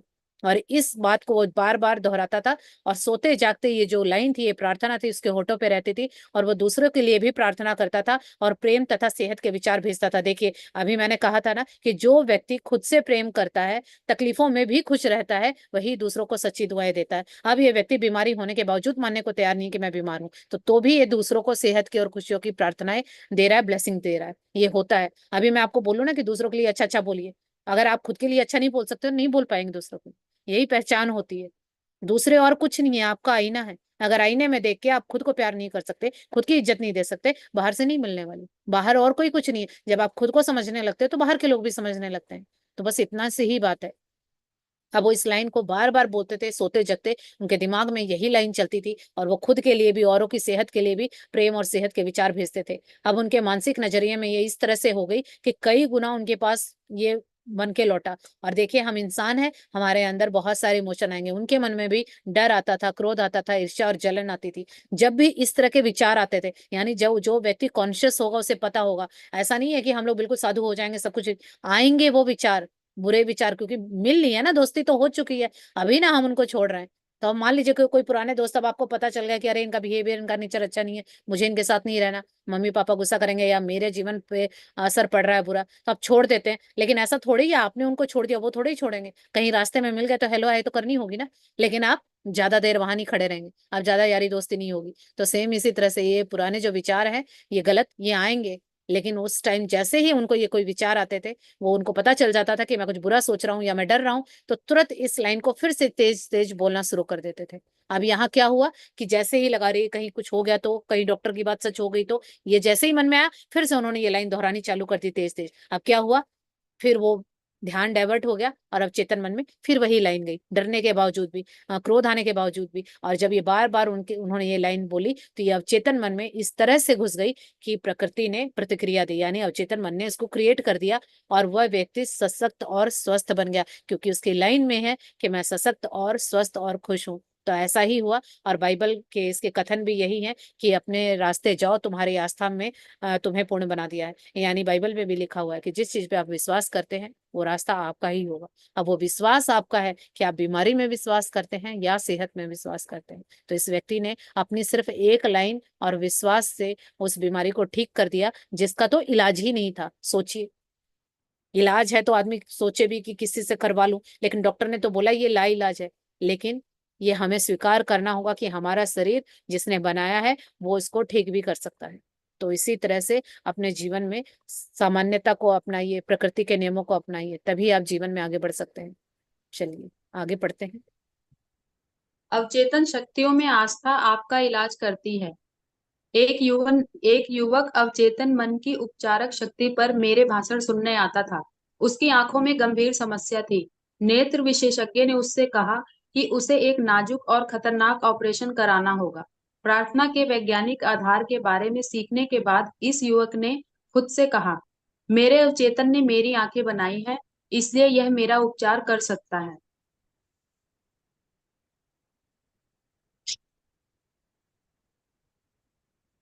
रात मेरी आवाज आ रही है मैम? हाँ, आ रही। हर रात को सोने से पहले वह निष्क्रिय ध्यान की अवस्था यानी नींद जैसी अवस्था में जाता था। उसका ध्यान नेत्र विशेषज्ञ पर केंद्रित था। उसने कल्पना में डॉक्टर को साफ देखा और यह कहते सुना, चमत्कार हो गया है। उसने हर रात सोने से पहले 5 मिनट तक यह बार बार सुना।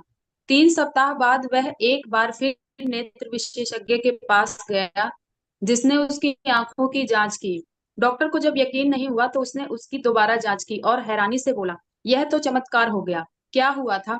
इस व्यक्ति ने नेत्र विशेषज्ञ के काल्पनिक शब्दों के माध्यम से अपने अवचेतन मन पर छाप छोड़ी थी, ताकि इसे विश्वास दिलाया जा सके और विचार पहुंचाया जा सके। दोहराव, आस्था और उम्मीद से उसने अपने अवचेतन मन में यह विचार भरा। उसके अवचेतन मन ने उसकी आंखें ठीक कर दी। अवचेतन मन में आंख की सामान्य स्वस्थ अवस्था का आदर्श ब्लूप्रिंट था। जब यह आंख को स्वस्थ करने के विचार से भर गया, तो तत्काल आंख का उपचार करने लगा। यह उदाहरण इस बात का प्रमाण है कि अवचेतन की उपचारक शक्ति में आस्था आपका इलाज कर सकती है। हाँ, यहाँ देखिए, ये बताया गया है कि अवचेतन शक्तियों में आस्था आपका इलाज कर सकती है। हमने पहले भी पढ़ा था कि जो भी आपके जीवन में हो रहा है, आपके विश्वास की वजह से हो रहा है। अगर आप अच्छाई में विश्वास करते हैं तो अच्छा होगा, अगर बुराई में विश्वास करते हैं तो बुरा होगा, क्योंकि कोई भी चीज गलत या सही नहीं है। आपका विश्वास सबसे ऊपर है। यहाँ ऑथर एक एग्जाम्पल देते हैं कि एक युवक था जो ऑथर के लेक्चर सुनने के लिए आता था। जब भी उनका कोई लेक्चर होता था कि अवचेतन मन की शक्तियों के बारे में, और उसे आंखों की एक गंभीर समस्या थी, उसके डॉक्टर ने बोला था कि एक बहुत ही माइनर सा ऑपरेशन होगा, लेकिन वो बहुत ही खतरनाक है। और उसको जब ये पता चला, उसने अपने डॉक्टर को बोला कि अभी मैं अपनी तरफ से कुछ करना चाहता हूँ, वो मैं कर लेता हूँ, अगर कुछ फर्क पड़ा तो ठीक है, नहीं तो फिर आप ऑपरेशन कर दीजिएगा। और उसने जोसेफ मर्फी के जो ये लेक्चर थे ये सारे सुने थे, और उसे पता था कि उसकी प्रार्थनाओं का जो वैज्ञानिक रूप से अगर वो करेगा तो वो सारी चीजें ठीक हो सकती हैं। और उस व्यक्ति ने, उस युवक ने खुद से कहा कि मेरे अवचेतन ने मेरी आंखें बनाई हैं, इसलिए यह मेरा उपचार भी कर सकता है। और रात को सोने से पहले वो ड्राउजी स्टेट में जाता था, खुद को काम डाउन करता था, पूरी बॉडी को शिथिल करता था, और उस वो क्या करता था, पूरा फोकस उस नेत्र विशेषज्ञ यानी अपने डॉक्टर के ऊपर अपना फोकस रखता था, और अपनी कल्पना में, इमेजिनेशन में सुनता था कि वो डॉक्टर उसको बोल रहे हैं कि चमत्कार हो गया। यानी वो बार बार सिर्फ उस सोच रहा था कि मेरी जो अवचेतन मन है वो मेरे सारे अंगों को उसने बनाया, तो मेरी आंखों का उपचार मेरा अवचेतन मन कर सकता है। और उस डॉक्टर को वो बार बार इमेजिन करता था और डॉक्टर की आवाज को सुनता था। डॉक्टर ने क्या कहा कि चमत्कार हो गया है। और ये जब ये प्रैक्टिस वो रात को सोने से पहले 5 मिनट तक बार बार सुनता था। अब 3 हफ्ते तक उन्होंने कंटिन्यू ये प्रैक्टिस की, और उसके बाद जब वो दोबारा उस डॉक्टर के पास गए और डॉक्टर ने उसकी आंखों की जांच की, फिर उसे यकीन नहीं हुआ कि ये तो ठीक हो गई। फिर उसने बाकी के जो टेस्ट किए वो दोबारा से करने के बाद डॉक्टर हैरानी से बोला कि यह तो चमत्कार हो गया। तो यहाँ ऑथर पूछते कि ये क्या हुआ, मतलब डॉक्टर ने ही ऐसा क्यों बोला ये क्या हुआ, ये तो चमत्कार हो गया, क्योंकि उसने यही शब्द अपने कानों में बार बार सुने थे कि ये तो चमत्कार हो गया, इसीलिए डॉक्टर ने भी वही शब्द दोहराए। सोचिए हमारे सबकॉन्शियस माइंड के पास कितनी पावर है कि जिससे हम जो चाहे वो शब्द भी बुलवा सकते हैं, अगर आप अपने मन में विश्वास करते हैं। और ये होता भी है। अक्सर आपने देखा होगा कि जिस व्यक्ति से आप डरते हैं, कभी स्कूल में किसी टीचर से डरते होंगे, और आपके बार बार यही थॉट आ रहा था, आज कहीं मुझे ही खड़ा ना कर दे, आज मेरा होमवर्क कंप्लीट नहीं है, आज टेस्ट की तैयारी नहीं है, और उसने खड़ा कर दिया। तो वो किसने किया, वो आपने ही बार बार उसको एनकरेज किया था। या कुछ ऐसे शब्द कि देखना पक्का से आज ऐसे ऐसे बोलेंगे मैम, पक्का से ऐसे ऐसे होगा, या मम्मी पापा से ही कुछ ऐसा किया, आपको लगा कि आज तो पिटाई होनी है, या फिर ऐसा कुछ बोलेंगे, और सेम वही शब्द दोहराए गए, और आपको लगा कि अरे ये क्या। तो वो क्या हुआ, वो अनजाने में हुआ, लेकिन आपने वो प्रैक्टिस की थी, आपने सबकॉन्शियस में वो डाला, बार बार सोचा। तो इस तरह से है। और जब उसने ये, उस व्यक्ति ने बार बार अवचेतन मन में ये पॉजिटिव बातें सोची और अपने मन को विश्वास दिलाया, और जब उसने बार बार दोहराव के साथ इस आस्था और उम्मीद से अपने अवचेतन मन में ये विचार डाला कि उसकी आंखें ठीक हो जाएंगी, तो अवचेतन मन ने क्या किया, उसको स्वस्थ कर दिया, उसको उसी अवस्था में पहुंचा दिया, क्योंकि उसको ब्लूप्रिंट, उसको काम क्या दिया गया था कि मैं स्वस्थ हो सकता हूँ, मेरा अवचेतन मन मेरी आंखें ठीक कर सकता है, तो अवचेतन मन ने कर दिया। तो ऐसा ही होता है। अगर आप बोलोगे कि नहीं चश्मा तो लगाना ही पड़ेगा, नहीं डॉक्टर ने बोला ऑपरेशन तो करना ही पड़ेगा, तो वो बोलेगा ठीक है तथास्तु। तो अब आप देखिए कि आपको क्या करना है। और ऑथर बताते हैं कि यह उदाहरण इस बात का प्रमाण है कि अवचेतन की उपचारक शक्ति में आस्था आपका इलाज कर सकती है, यानी जो विश्वास है वही आपका इलाज करता है। तो अगर आप ये यकीन करते हैं, विश्वास करते हैं इस प्रकृति में और अवचेतन मन की शक्तियों पर, तो बिल्कुल ये आपके लिए भी काम करेगा। और शुरू में हर कोई सिर्फ बोलता है, बोलते बोलते आपको विश्वास होने लगेगा। तो इसीलिए शुरुआत कीजिए। ऐसा नहीं है कि आप एक दिन बोलेंगे, क्योंकि यहाँ पर उस व्यक्ति ने इतने सारे लेक्चर सुने थे, लेकिन फिर भी 3 हफ्ते उसको लग गए, अप्रोक्स 1 महीने का समय लग गया। तो इसीलिए आज ही एक दिन किया और एक दिन से कुछ फटाक से हो जाए, नहीं। वो बुरी चीजें भी एक दिन में नहीं हुई, तो अच्छी चीजें भी एक दिन में नहीं हुई। तो इसीलिए जब तक आपका रिजल्ट नहीं आ जाता, कंटिन्यू बोलते रहिए। चलिए, ये 10 पॉइंट है सीता जी, ये भी कर देते हैं तो चैप्टर कंप्लीट हो जाएगा। समीक्षा के बिंदु। 1, आपका अवचेतन आपके शरीर का निर्माता है और हर दिन चौबीसों घंटे काम करता है। आप नकारात्मक सोच द्वारा इसके जीवनदायी ब्लूप्रिंट में हस्तक्षेप करते हैं। 2, सोने से पहले अपने अवचेतन को किसी समस्या का जवाब खोजने का काम सौंपे, यह उसे कर देगा। 3, अपने विचारों पर नजर रखें, जिस विचार को सच मान लिया जाता है उसे आपका चेतन कॉर्टेक्स अवचेतन मस्तिष्क तंत्र तक भेज देता है, और फिर यह वास्तविकता बनकर आपकी दुनिया में प्रकट हो जाता है। 4, जान लें कि आप अपने अवचेतन मन को नया ब्लूप्रिंट देकर खुद को दोबारा बना सकते हैं। 5, आपके अवचेतन का झुकाव हमेशा जीवन की तरफ होता है। अपने अवचेतन मन में वही आधार वाक्य भरें जिसे आप सच करना चाहते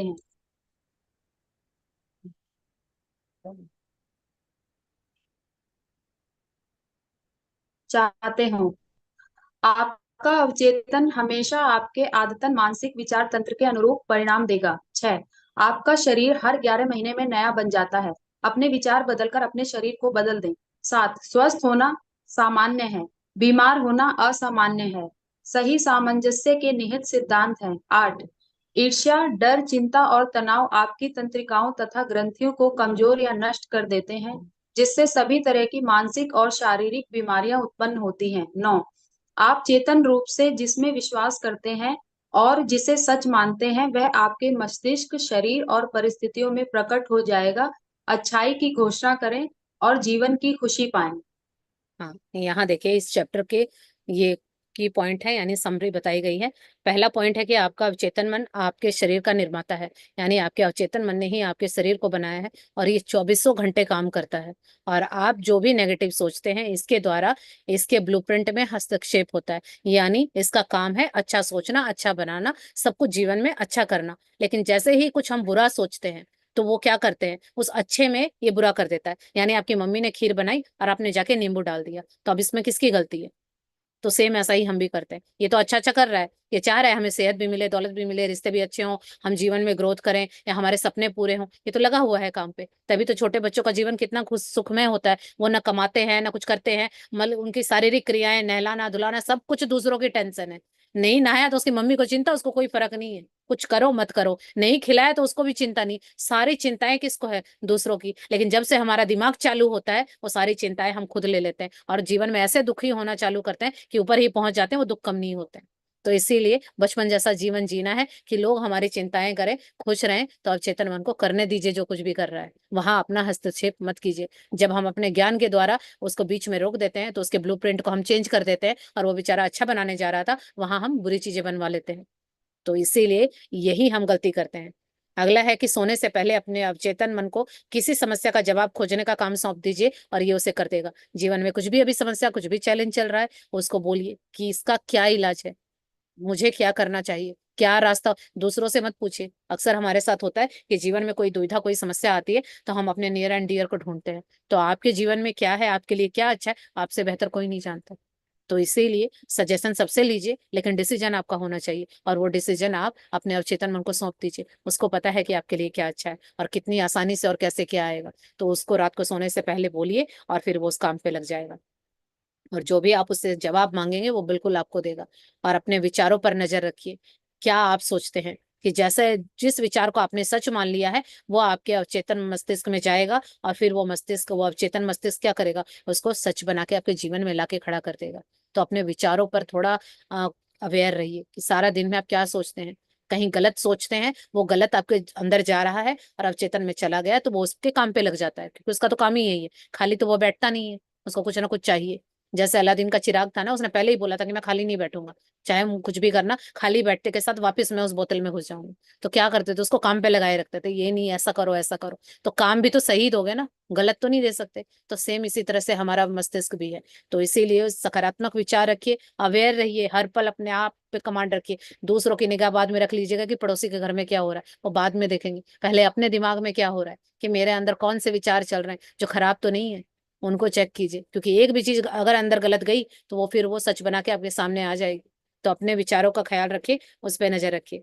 जान लेके आप अपने अवचेतन मन को नया ब्लूप्रिंट देकर खुद को दोबारा बना सकते हैं। यानी आज आपके जो भी हालात हैं, चाहे रिश्तों में, पैसों में, सेहत में, सपनों में, आज आप किसी भी उम्र के हो, किसी भी बैकग्राउंड से हो, कोई फर्क नहीं पड़ता है। आप उसको जैसा ब्लूप्रिंट देंगे वो तो वैसा काम शुरू कर देगा। कल तक आपने उसको झोपड़ी बनाने को बोला था, गरीबी बनाने को बोला था, अगर आज उसको बोलेंगे कि दौलत बनाओ, आज उसको काम दे देंगे कि मेरे लिए महल बनाओ, तो वो तो उसी काम पे लग जाएगा। उसको तो कोई फर्क नहीं पड़ रहा, उसको तो सब आता है। तो इसीलिए आज आपकी वास्तविकता क्या है, आप कहाँ खड़े हैं, कोई मैटर नहीं करता। आप अपने अवचेतन मन को विचार क्या दे रहे हैं ये मैटर करता है। तो आज से अपने जीवन में आगे बढ़ने के, परिवर्तन करने के, सुख समृद्धि के, शांति के विचार दीजिए। और जब ये विचार आप उसको देंगे तो इसी ब्लूप्रिंट को लेके वो फिर से उस सांचे के अंदर, क्योंकि ये आपके विचार उसके लिए साचा है। अगर आपने बोला कि मैं तो जीवन में ये करना चाहती हूँ, मेरे सपने बड़े हैं, मुझे मेरे ऊपर काम करना है, मुझे इंडिपेंडेंट होना है, मुझे लोगों की मदद करनी, तो ये आपने साचा दिया तो वो अपने आप उस साचे के काम करने शुरू कर देगा। लेकिन आप बोलते रहे मैं तो लाचार बिचारी हूँ, मेरे से तो पहले भी कुछ नहीं हुआ, मैं तो कुछ कर ही नहीं सकती, मेरा तो जीवन ऐसे ही जाएगा, वो उसके ऊपर काम करने लगता है। तो साचे जो ब्लूप्रिंट है वो आप उसको सही दीजिए और फिर वो उसी के ऊपर काम करना शुरू कर देगा। आगे कहते हैं ऑथर कि आपका अवचेतन मन का झुकाव हमेशा जीवन की तरफ होता है और अपने अवचेतन मन में वही आधार वाक्य भरे जिसे आप सच करना चाहते हैं। यानी आप अपने मुंह से कुछ भी ऐसा मत बोलिए, विचारों में और फीलिंग में कुछ ऐसा मत लाइए जो आप नहीं चाहते हैं। हमेशा वही बोलिए, वही सोचिए और वही करिए जो आप चाहते हैं। क्योंकि आपका अवचेतन मन आपकी आदतों से हमेशा, जो आदत आपकी हैबिट बन जाती है उसी पे वो काम करना शुरू कर देता है। तो आदत बना लीजिए कि मुझे खुद के लिए भी अच्छा बोलना है, दूसरों के लिए भी बोलना है, और हर टाइम मेरे मुंह से जो निकलेगा वो मेरे अच्छे के लिए होगा। इस हैबिट को जनरेट कीजिए, और जब ये आदत बन जाएगी तो आपका जीवन भी वैसा ही बन जाएगा। और जितने सफल लोग हुए हैं ना, उनका यही है। वो कभी जीरो पे थे और आज हीरो हैं। कैसे बने? सारी चीजें यही फॉलो की थी। वो जीरो थे तो क्यों थे? क्योंकि कुछ तो गलत कर रहे थे ना। लेकिन आज सब कुछ अच्छा हो गया तो कैसे हो गया? क्योंकि अपने विचारों को बदल दिया। तो ये हम भी कर सकते हैं। आगे ऑथर कहते हैं कि हमारा शरीर हर 11 महीने में नया बन जाता है। तो सिर्फ आपको क्या करना है, अगर वापस से वो बचपन वाली स्फूर्ति, वो स्टेमिना, वो शांति, वो सुकून, वो हंसी चाहिए, तो हम वापस से वैसे बच्चे बन सकते हैं। वो खुशियों वाला जीवन आ सकता है जहाँ कोई चिंता, कोई फिक्र नहीं थी। लेकिन उसके लिए क्या करना होगा? अपने विचारों को बदलना होगा। शरीर तो बदल रहा है लेकिन हमारे विचार वही हैं, तो विचार नहीं बदल पा रहे हैं। तो अभी विचारों को भी बचपन की तरह, एक बच्चे की तरह निष्पक्ष, निश्चल रखिए। सबके लिए प्रेम रखिए। एक छोटा बच्चा देखा है, हर टाइम स्माइल करता रहता है। कभी आप अपनी फ्रेंड से मिलेंगे ना, अगर उसकी गोदी में उसका बच्चा होगा, तो फ्रेंड से पहले आप उस बच्चे को देख के स्माइल करते हैं। और जैसे जैसे हम बड़े होते हैं ना, हर टाइम मुंह लटका हुआ रहता है, लगता है कि मोदी जी से ज्यादा चिंता तो हमें ही है, कि सारा सब कुछ देश तो मुझे ही बदलना है। इस तरह से गंभीर होके ना दुखी आत्मा बन के घूमते हैं। कहाँ गई वो स्माइल? मतलब इतना भी सुख नहीं है कि कोई हमें देख के मुस्कुरा दे, बल्कि हमारे चेहरे तो ऐसे बने हुए रहते हैं, कोई देखेगा तो बेचारा, जिसकी स्माइल भी होगी वो भी गायब हो जाएगी, कि मतलब इतनी दुखी आत्मा बन के घूम रहे हैं। तो ये सब छोड़िए, इसके लिए हमें जीवन नहीं मिला है। तो मुस्कुरा लीजिए, इसमें भी टैक्स नहीं लगता, पैसे नहीं लगते हैं। और एक स्माइल आपकी आपकी पूरे व्यक्तित्व को बदल के रख देगी। तो वो जो शरीर तो 11 महीने में बदल जाता है, लेकिन जो विचार हमारे पुराने जो सालों साल चले आ रहे हैं वो नहीं बदलते। इसीलिए हम दिन प्रतिदिन सोच से, शरीर से, हर चीज से बूढ़े होते जा रहे हैं। तो वापस से उस बच्चों की तरह अगर एनर्जेटिक होना है तो उन विचारों को बदलिए। जैसे एक बच्चे के विचार होते हैं, निश्चल होते हैं, निष्प्रेम होते हैं, उन्हें किसी से कोई मतलब नहीं होता और प्यार से भरे हुए होते हैं। तो उस तरह से अपने आप को बनाइए।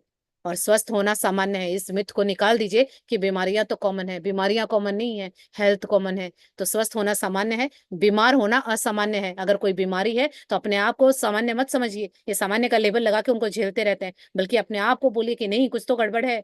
हेल्थ रहना यानी स्वस्थ रहना अच्छी बात है। अगर मेरे अंदर बीमारी है तो इसका मतलब मेरा कुछ भी सही नहीं चल रहा, मैं असामान्य हूँ। और वहां काम कीजिए। और जब आप प्रकृति के साथ सामंजस्य बनाएंगे, अपने मस्तिष्क के साथ तालमेल बिठाएंगे, तो फिर आप सामान्य हो जाएंगे, यानी स्वस्थ हो जाएंगे। और इस तरह के जो भी आपके इमोशन हैं, ईर्ष्या, डर, चिंता, तनाव, इन सारे इमोशंस को धीरे धीरे हटा दीजिए। क्योंकि ये जो इमोशंस हैं आपकी तंत्रिकाओं को और ग्रंथियों को कमजोर कर देते हैं, और धीरे धीरे आपको मानसिक और शारीरिक बीमारियां देते हैं। यानी आपके जीवन में आज कोई भी शारीरिक या मानसिक बीमारी है, वो और कुछ नहीं है, इन चारों में से कुछ ना कुछ एक है। या तो आप बहुत ज्यादा ईर्ष्या करते हैं, या डर, चिंता, तनाव, क्रोध करते हैं, इससे ज्यादा कुछ नहीं है। अब उसको पकड़िए और उसको चेंज कीजिए, कि शांति और सद्भावना रखिए, अपने प्रति भी और औरों के प्रति भी। और जब ये विचार बदलेंगे तो फिर वो बीमारियां हेल्थ में बदल जाएंगी। और आप चेतन रूप से जिस चीज में विश्वास करते हैं, जिसे सच मानते हैं, वही आपका मस्तिष्क, शरीर और परिस्थितियों में प्रकट हो जाएगा। अगर आप मानते हैं कि मैं सेहतमंद हो सकती हूँ, मैं तो होके रहूंगी, अब मुझे भी ये पता चल गया है, और बाकी लोगों की तरह अगर आप भी अफर्मेशन बोलते हैं अपनी सेहत को लेके, अपने जीवन के किसी भी क्षेत्र को लेके, तो धीरे धीरे आपका मस्तिष्क और शरीर इस तरह से काम करेंगे, और आपका अवचेतन मन आपके संसार में उसको सच करके, यानी प्रकट कर देगा, सच कर देगा। तो अच्छाई की घोषणा कीजिए, जीवन को खुशी से जिए। यही करने के लिए हमें जीवन मिला, बीमार होने के लिए थोड़े ही मिला है। 84 लाख योनियां हमने बीमार होने के लिए थोड़ी ही ली थी, निराश, हताश, रोने धोने के लिए थोड़ी ही ली थी। तो इसीलिए अपने जीवन का भरपूर फायदा उठाइए। और ये तभी होगा, कुछ नहीं करना, सिर्फ सोच बदलनी है। वो कहते हैं ना, जिन्होंने द सीक्रेट मूवी देखी होगी, बार बार एक लाइन आती है, विचार बनाए जिंदगी। तो विचारों से जीवन बनता है। और ये वाकई में बिल्कुल सच है। जिन्होंने थोड़ा बहुत काम किया उनको समझ आ रहा होगा कि थोड़ा सा विचार ही तो चेंज किया है, लेकिन अब थोड़े बहुत बदलाव आ गए। तो थोड़ा और कीजिए, हो जाएगा। थोड़ा है और थोड़े की जरूरत है, तो बस इतना करेंगे और जीवन बदल जाएगा। तो चलिए, ये हम कल करेंगे। आज हम यहीं पे कंप्लीट करते हैं इसको। तो आई होप आप लोगों को ये चीज समझ में आ रही होगी, और आप इसे प्रैक्टिस भी कर रहे होगे। तो होमवर्क सेम रहेगा। कई लोग मुझे एक क्वेश्चन आ रहा था, पूछ रहे थे, कौन थे मुझे नाम याद नहीं है, कि आप कभी बोलते हो बड़ी स्क्रिप्ट लिखो, अगले दिन बोलते हो एक लाइन लिखो। मैं इसके अकॉर्डिंग बोलती हूँ जो भी चैप्टर चल रहा है, लेकिन आपको जो सुटेबल है। कई लोगों को बड़ी भारी भरकम स्क्रिप्ट में अच्छा लगता है, तो अगर आप स्क्रिप्ट से बोल रहे हैं तो वो भी कर सकते हैं, एक लाइन कर सकते हैं तो एक लाइन भी कर सकते हैं, और एक शब्द भी काम करता है, तो आपकी चॉइस है। लेकिन प्रैक्टिस को रोज कीजिए। ये मैं होमवर्क बोल के इसलिए देती हूँ ताकि आपकी प्रैक्टिस छूटे नहीं। रात को सोने से पहले और सुबह उठने के बाद अपने शरीर को शांत कीजिए, और उसके बाद एक लाइन पढ़िए या 4 लाइन पढ़िए, वो आपकी चॉइस है, और उसको बार बार रिपीट कीजिए। यही है। और अब तक जो भी काम कर रहे होंगे वो तो अपना रिपीट कर ही रहे होंगे, आपने बना ली होगी अपनी एफर्मेशन। और जिन लोगों ने अगर नहीं बनाई है, कोई आज से करेंगे तो बिल्कुल आपके जीवन में जो भी समस्या है, सेहत को लेके, पैसों को लेके, किसी भी चीज को लेके, उसकी एक लाइन में बनाइए। एक लाइन बनाएंगे तो बोलने में थोड़ा इजी होता है, तो एक लाइन बनाइए और उसके बाद अपने शरीर को शांत और शिथिल कीजिए, फिर उस लाइन को बार बार दोहराइए, और ये आप कंटिन्यू करते जाएंगे जब तक आपका सपना सच नहीं हो जाता। और दिन भर में भी पॉजिटिव रहेंगे, क्योंकि आज के लेसन ने यही बोला है कि एक तरफ तो आप एफर्मेशन बोल रहे हैं, दूसरा फिर आप उल्टा उसका बोल रहे हो, काम नहीं होगा। दिन भर में अपने विचारों पर फोकस रखिए कि आप क्या क्या बुरा सोच रहे हो, क्या अपने बारे में या औरों के बारे में, किसी का भी है हटाइए, वहां पॉजिटिविटी लेके आइए। तो ये आज का होमवर्क है। तो आई होप आप लोगों को क्लियर हो गया होगा। हाँ जी, सरोज जी, आपने हैंड रेस किया है, म्यूट कीजिए। नमस्ते मैम। नमस्ते जी। और ठीक हो हाँ जी, बिल्कुल। मैम? हम जब मैं सुबह क्लास लेती थी ना, मैं मैंने बोला था कि कुछ अच्छा सीखना और फिर शुरू करना है। फिर हम्म। आपने बोला था कि जो आता है उसी से करो। हम्म। मैंने आपको केक के बारे में बताया था। हम्म। तो अभी मैं यूट्यूब पे केक ही सिखाने वाला कर रही हूँ। हाँ, सिखा और रहे हो या सीख रहे हो? नहीं, सिखा रही हूँ। बहुत जितना बढ़िया। आता है उसी से शुरू कर हाँ रही हूँ। बिल्कुल। और आपको कुछ दिखा रही हूँ। बिल्कुल दिखाइए। वाह, दिख रहा वेरी, है? बिल्कुल दिख रहा है। ये मेरे बहुत पास 2 केक के ऑर्डर आए थे। बहुत बढ़िया। एक तो सिंपल ही चाहिए था उनको, एक पे डिजाइन चाहिए था। बहुत बढ़िया। हम्म। तो फिर मैंने यू लाइट ऑन कर, लाइट ऑन कर। अभी आप ही बताओ कि जब आप ये चीजें कर रहे हो, तो अब जो पहले वाले में और अब में क्या आपकी सोच में फर्क आया? कि जब पहले खाली बैठे रहते थे तो क्या होता था, और अब क्या लग रहा है? चाहे 2 ही ऑर्डर आए, ये किसी को लगा अरे दो भी बहुत हैं, शुरुआत तो की। उन लोगों से तो कहीं बेहतर है जो अभी भी सोच रहे हैं। यस मैम, बहुत बहुत बड़ी बात है। 2 ऑर्डर एक ही दिन में। आज ही कल बोला था कि मेरे को कल से, ठीक है बना देंगे। बहुत बढ़िया। तो इसी तरह से मैं पहले मैं ये सोचती थी कि मैं एक बनाती हूँ ना, एक केक बनाती हूँ तब मैं थक जाती हूँ। और आज मैंने अपने आप को पॉजिटिव रखा और 2 केक बना लिए, और घर का काम भी होता है। और बिल्कुल। कोई थकान नहीं है। बिल्कुल, ये 10 हेल्थ में आएंगे भी तो भी नहीं होगी। लग रहा है। ये आप जो बोलोगे ना अपने दिमाग को, वो वैसे ही काम करेगा। और जब आपके मन के काम होते हैं ना, तो थकान नहीं होती है। अगर ये आपका मन का काम होगा, अभी ये क्लास लेना है मेरे मन का काम है, अगर मुझे सारा दिन भी बिठा दोगे ना, मैं थकने वाली नहीं हूँ। तो जब मन का काम होता है तो आप थकते नहीं हो। तो अभी आप ही मैं भी देखो। आपकी वजह से हुआ है, इसलिए थैंक यू सो मच। मैं तो बस अपने अनुभव शेयर करती हूँ। और बहुत बहुत शुभकामनाएं, मुझे बहुत खुशी हुई। और यही एक जो ये जो सिखाना करना, इसीलिए मैंने शुरू किया था कि जो हताश निराश होके बैठे हैं ना, कि अब कुछ नहीं हो सकता, उन्हीं को जगाना है कि अभी तो बहुत समय है, उठो। तो बहुत अच्छा लगा। आपकी नई जर्नी के लिए मैम, आपको ढेर सारी शुभकामनाएं। चैनल तो मैं पहले से भी था, लेकिन कभी सोचा ही नहीं। मैंने सोचा कि मतलब मेरे से होगा नहीं, ये सोचते थे। अभी ये है कि कोशिश तो करते हैं, होगा क्यों नहीं होगा। हाँ, उस दिन का हाँ इंतजार मत कीजिए जब परफेक्ट हो जाएंगे। परफेक्ट कोई भी नहीं है। आप कहीं भी पहुंच जाइए, आपसे ऊपर लोग मिलेंगे। तो परफेक्शन कभी नहीं हाँ। आने वाली। अगर आप लोगों को, मेरा लगता है, मैं पीछे की वीडियो देखो तो मुझे बहुत कमियां दिखती हैं, और शायद अगर मैं और साल 2 साल आगे जाऊंगी तो आज में कमियां आएंगी। तो वो जीवन इसी का नाम है, अपनी कमियां खुद ढूंढेंगे और ठीक करेंगे। परफेक्ट कभी कोई इंसान नहीं। ये चैनल पहले से ही बना रखा था, बच्चों की वीडियो डाल देते हैं, गुम नहीं होंगी, मिल जाएगी, क्योंकि फोन तो खराब होते रहते हैं। हम्म। फिर मैंने बोला कि मैं भी डाल दूं वीडियो। ऐसे बोला ठीक है, कोई नहीं है, डाल दो। बिल्कुल। तो करते रहिए। शुरू कर दिया। धीरे धीरे आप देखोगे कि सारी चीजें अपने आप अलाइन होने लगेंगी। और जो वो बीमारियां और कुछ नहीं, आपके नेगेटिव विचार हैं, जब आप खुश रहने लग जाओगे ना, वो सब कुछ अपने आप ठीक हो जाएगा। और बीमारियां भी ठीक वो हो मैं जाएगी। वो मैंने ही फैला रखा है, मेरे को ये हो गया, मेरे को ये हो गया। हाँ अभी तो समझ में आता है इन बुक वगैरह से। ये सारा मेरे साथ भी हुआ था ना। जब मैंने अपने आप को इतने सारे कोर्सेज में और इतनी सारी चीजों में उलझा लिया कि मतलब वो सब करने का टाइम ही नहीं मिलता था। और धीरे धीरे देखा, तो जब पीछे मुड़ के देखा तो कहाँ बीमारियां गई, कब क्या हुआ, कुछ पता ही नहीं चला। तो अब समझ में आ रहा है कि हाँ, ये मैं बिजी रहती थी इसलिए हुआ। तो अब समझ में आ रहा है ना, उस टाइम तो मुझे भी समझ नहीं आ रहा था कि 10-15 साल की बीमारी और किस तरह से मैंने 1 महीने के अंदर ठीक कर ली थी। सोच के देखिए, बिल्कुल दवाइयां बंद हो गई थी। तो बिल्कुल कुछ भी हो सकता है। तो चलिए, बहुत अच्छा लगा। और काफी लोगों के लिए आपकी तो इंस्पिरेशन रहेगी कि आपने अपने ऊपर काम तो शुरू किया। तो आपको मैम सब आपकी वजह से ही हुआ है। बहुत सारे शुभकामनाएं। मैं तो आज बहुत खुश हूँ। Thank you so much share करने के लिए। Thank you ma'am. इसी तरह से जीवन में आगे बढ़े और इसी तरह से जीवन में औरों के लिए भी काम करें, अपने ऊपर कीजिए और भी लोगों को ये चीजें सिखानी है। Thank you so much. Thank you. Thank you जी। Thank you ma'am. Thank you. ये मेरा कि चैनल का नाम बता देती हूँ, आप भी मेरी फैमिली और सब हाँ बिल्कुल। हेल्प करना। हाँ जी बिल्कुल। Kitchen tip by Saroj sir, Saroj kitchen tips by Saroj. और मैं तो यही कहूंगी कि प्लीज सब्सक्राइब वही कीजिएगा जो देखें, क्योंकि जो लोग सब्सक्राइब करके छोड़ देते हाँ हैं और देखते नहीं है तो वो चैनल पे बुरा इफेक्ट होता है। तो मैं तो यही कहती हूँ कि उन्हीं को फॉलो कीजिए जो आप निरंतर जुड़े रहना चाहते हैं, सिर्फ इसलिए नहीं कि किसी ने बोला और हमने कर दिया, दया दिखा दी। नहीं, करना साथ देना तो लंबे हाँ टाइम तक दीजिए, जिसको, नहीं तो मत ही दीजिए। हाँ सही बोल रहे हैं। बिल्कुल, क्योंकि मेरे साथ हो ओके चुका है। Thank you ma'am. ओके जी, थैंक यू सो मच। हाँ जी दीप जी, अनम्यूट कीजिए। आप बहुत दिनों बाद दिखे, कैसे हो आप?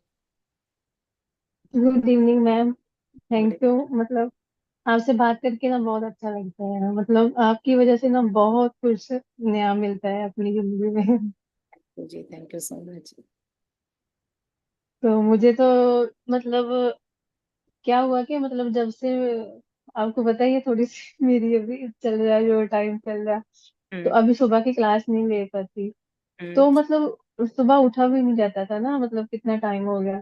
तो जब से ये वाली क्लास स्टार्ट की ना, तो मैंने मतलब अपने रात को 1-2 दिन ऐसे बोला कि मैं सुबह उठती हूँ, मुझे बड़ा अच्छा लगता है, मेडिटेशन करती हूँ। तो उस दिन से मैं सुबह 4 बजे उठ जाती हूँ, बहुत जिस बढ़िया। दिन से आपकी ये क्लास ले रही हूँ ना।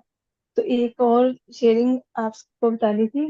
मतलब मुझे क्या प्रॉब्लम है कि मतलब काफी टाइम हो गया मुझे ना, जब ये वाला अगस्त सितंबर वाला मंथ चलता है ना, तो हम्म। मेरे गले में प्रॉब्लम हो जाती है अपने आप ही। हम्म। तो फिर 3-4 महीने रहती है, तो मतलब किसी दवाई से किसी से फर्क नहीं पड़ता। हम्म। तो अब 5 दिन हो गए आज। तो मैंने मतलब वही करना स्टार्ट किया जो जैसे आप बोलते हो। मैंने रात को जब सोती हूँ तो मैं पूछती हूँ कि ये मुझे अच्छा चाहिए, मेरा गला स्वस्थ मुझे चाहिए है। तो जब मेडिटेशन करती हूँ उसमें पूछती हूँ कि ये कैसे ठीक होगा है। तो फिर मतलब अब मेरा मतलब माइंड मुझे बस यही कह रहा है कि मतलब मुझे शांति चाहिए, बस खुश ही रहना है ये। मतलब अब मैं जब भी मेडिटेशन करती हूँ तो मैं बस यही मांगती हूँ कि मुझे शांति चाहिए, मुझे खुशी चाहिए। तो मतलब मैं आपका भी बहुत बहुत थैंक यू कहती हूँ मेडिटेशन में भी, कि आपकी आयु बहुत लंबी हो। तो मैं जितनी मेरी आयु, मैं बस ऐसे आपकी बातें सुनती रहूं, आपका ज्ञान सुनती रहूं। तो मैम मतलब 5 दिन हो गए, थोड़ी थोड़ी वैसे मेडिसिन ले रही हूँ, तो उस दिन से काफी आराम है मुझे, मतलब तो काफी फिर आराम आपको है। पता चला कि रीजन क्या है? हाँ जी, मतलब रीजन भी पता चला है। मतलब जैसे मैं ये ऐसे गुस्सा ज्यादा आ जाता था, मतलब बात बात पे हर बात दिल पे लगा लेती थी, किसी ने कुछ बोला वो ही बस पूरा दिन सोचती रहती थी। अब कंट्रोल कर रही हूँ कि मतलब ये मतलब ना करूँ। आप तो जॉब भी करते हो तो ना, धीरे धीरे। या अभी हाँ जी, छोड़? हाँ जी, जॉब करते हैं। नहीं नहीं, जॉब तो कंटिन्यू ही है मैम। हाँ, तो फिर जॉब करते हो तो फिर आपको फिर भी टाइम, थोड़ा बिजी तो रहते हो ना, टाइम नहीं मिलता जॉब करते हो तो भी। जो खाली रहते हैं उनके हाँ साथ ज्यादा जी, दिक्कत होती है ये। हाँ जी, हाँ जी, हाँ जी। नहीं मैम, एक्चुअली क्या था कि जॉब के टाइम भी मतलब बस वही थॉट, मतलब किसी ने मुझे ये बोल दिया वो बोल दिया। तो अब काफी मतलब चेंजेस आ गए हैं मेरे साथ। मतलब जब से आपसे मिली हूँ, मतलब नई नई मतलब मैजिक, नई नई शेयरिंग बहुत अच्छा लगता है। बिल्कुल। सचमुच मैं तो कहती हूँ सबको मतलब ये करना चाहिए और दिल से करना चाहिए, फिर ही इसका बेस्ट रिजल्ट मिलता है। बिल्कुल। और ये जो आप प्रैक्टिस है। कर रहे हो ये करते रहिए, मॉर्निंग में उठना बहुत अच्छा है। हाँ जब जी, morning में उठते हो तो बहुत अच्छी फीलिंग आती है। और दूसरा, जो ये सब आप कर रहे हो ना, इस टाइम आपके लिए हाँ जी, पॉजिटिव रहना वैसे भी आपको पता है कि बहुत जरूरी है। हाँ तो जी, हाँ जी। सारी चीजें कंटिन्यू थैंक यू कीजिए, सो क्योंकि मच। आपका यहाँ से भी बहुत फायदा हो जाएगा, दोनों चीजें साथ साथ हो जाएंगी। हाँ जी, थैंक यू जी, थैंक यू सो मच। और शेयर करने के लिए बहुत अच्छा लगा कि इस सारी चीजों को आप लोग सुनते हो, समझते हो और जीवन में अप्लाई करते हो। तो थैंक यू सो मच, आपका बहुत बहुत थैंक यू। और इसी तरह से जीवन में खुश रहिए। God bless you. Thank you so much. हाँ जी, अनिल जी अनम्यूट कीजिए। Good evening ma'am. Good evening. धन्यवाद आपका पढ़ाने के लिए, बहुत अच्छा पढ़ाते हैं आप। और सीता देवी का भी बहुत बहुत धन्यवाद, जो इतने अच्छे तरीके से रीड करती है। तो आधे से ज्यादा बातें तो वही समझ में आ जाती है उनकी रीडिंग से। आप लोग बिल्कुल क्लियर करते हैं, दोनों का कॉम्बिनेशन बहुत अच्छा है यार की। तो रीडिंग भी अच्छी है और टीचिंग भी अच्छी है आपके। एक चीज मेरे को नई दोबारा आई है चीजें सामने, हम्म। कि हमारे जो सेल्स हैं, जो भी नए सेल बन रहे हैं, पहले भी ये चीजें सामने आई थी, इसमें कहीं पढ़ा था मैंने, कि जो भी नए सेल बनते हैं 3% प्रोग्राम्ड होते हैं यूनिवर्स से। 3%, जैसे एक मोबाइल में एक एप्लीकेशन कंपनी की होती है, हम्म। उसके बाद फिर हम बाकी की अपनी चाहत की, अपनी चाहने जैसी चाहते हैं वैसी ऐप डाउनलोड करते हैं। हम्म। वैसे ही हम लोग भी एक सेल को, हर सेल को अपने प्रोग्राम कर रहे होते हैं अपनी निगेटिविटी और पॉजिटिविटी से। हम्म। तो इसको अगर, जहां तक मेरे समझ में आया, ये चीज है, लेकिन आप इसको अपने शब्दों में अगर एक्सप्लेन करेंगे तो ज्यादा अच्छा रहेगा। दूसरा, आपने अलादीन का चिराग तो देख ही लिया, ये तो हमारे पास आप पहले बता दिया आपने, तो कुछ भी कर इसमें सकते हैं। यही है ना, इसमें भी तो यही बात बताई गई कि 11 महीने में हमारी पूरी बॉडी के सेल दोबारा से बन हम्म, जाते हैं। ऑलमोस्ट जी 90% टू 95% सेल सारे बन जाते हैं। तो जो अब अगर मान लीजिए सेल नए बन गए, जैसे मैंने एग्जांपल भी दिया ना, कि मान लीजिए अगर मेरी आदत है मैं जहां बैठती हूँ वहीं खाती हूँ वहीं रख देती हूँ, कुछ साफ सफाई नहीं रखती, चारों तरफ गंदगी रहती है। तो अब आज मेरा पुराना घर है, लेकिन अब मैंने सोचा कि नहीं, ये घर गंदा है, मुझे घर नया चाहिए, बड़ा चाहिए। अब मैं नए घर में गई तो मैं खुश हो गई। तो मुझे ये समझना होगा कि घर में कोई दिक्कत नहीं थी, दिक्कत कहाँ थी, मेरे अंदर। अब तो नया घर बन गया, लेकिन मेरी आदतें तो वही है, मैं तो जहां खाती हूँ वहीं रख देती हूँ, कुछ भी जहां मर्जी वहां फैला के रखती हूँ। तो ये क्या होगा, इससे वो नया घर भी वापस से वैसा ही हो जाएगा जैसा पुराना था। तो कहने का मतलब यही है कि आपके सेल तो नए बन रहे हैं, लेकिन विचार तो वही है ना, सोचते तो हम पहले भी वही थे, गुस्सा करते थे, आज ये भी करते हैं, दूसरों के लिए जलते थे, आज भी जलते हैं। और जो भी हमारे अंदर नेगेटिविटी थी वो पहले भी थी, आज भी है। तो इसीलिए तो वो जो नए सेल हैं, वापिस से कुछ नया घर तो मिला, लेकिन हमने गंदगी तो वही डाल दी, तो वो हमें पता ही जी नहीं चलता, वो फिर वापस गंदा हो जाता है।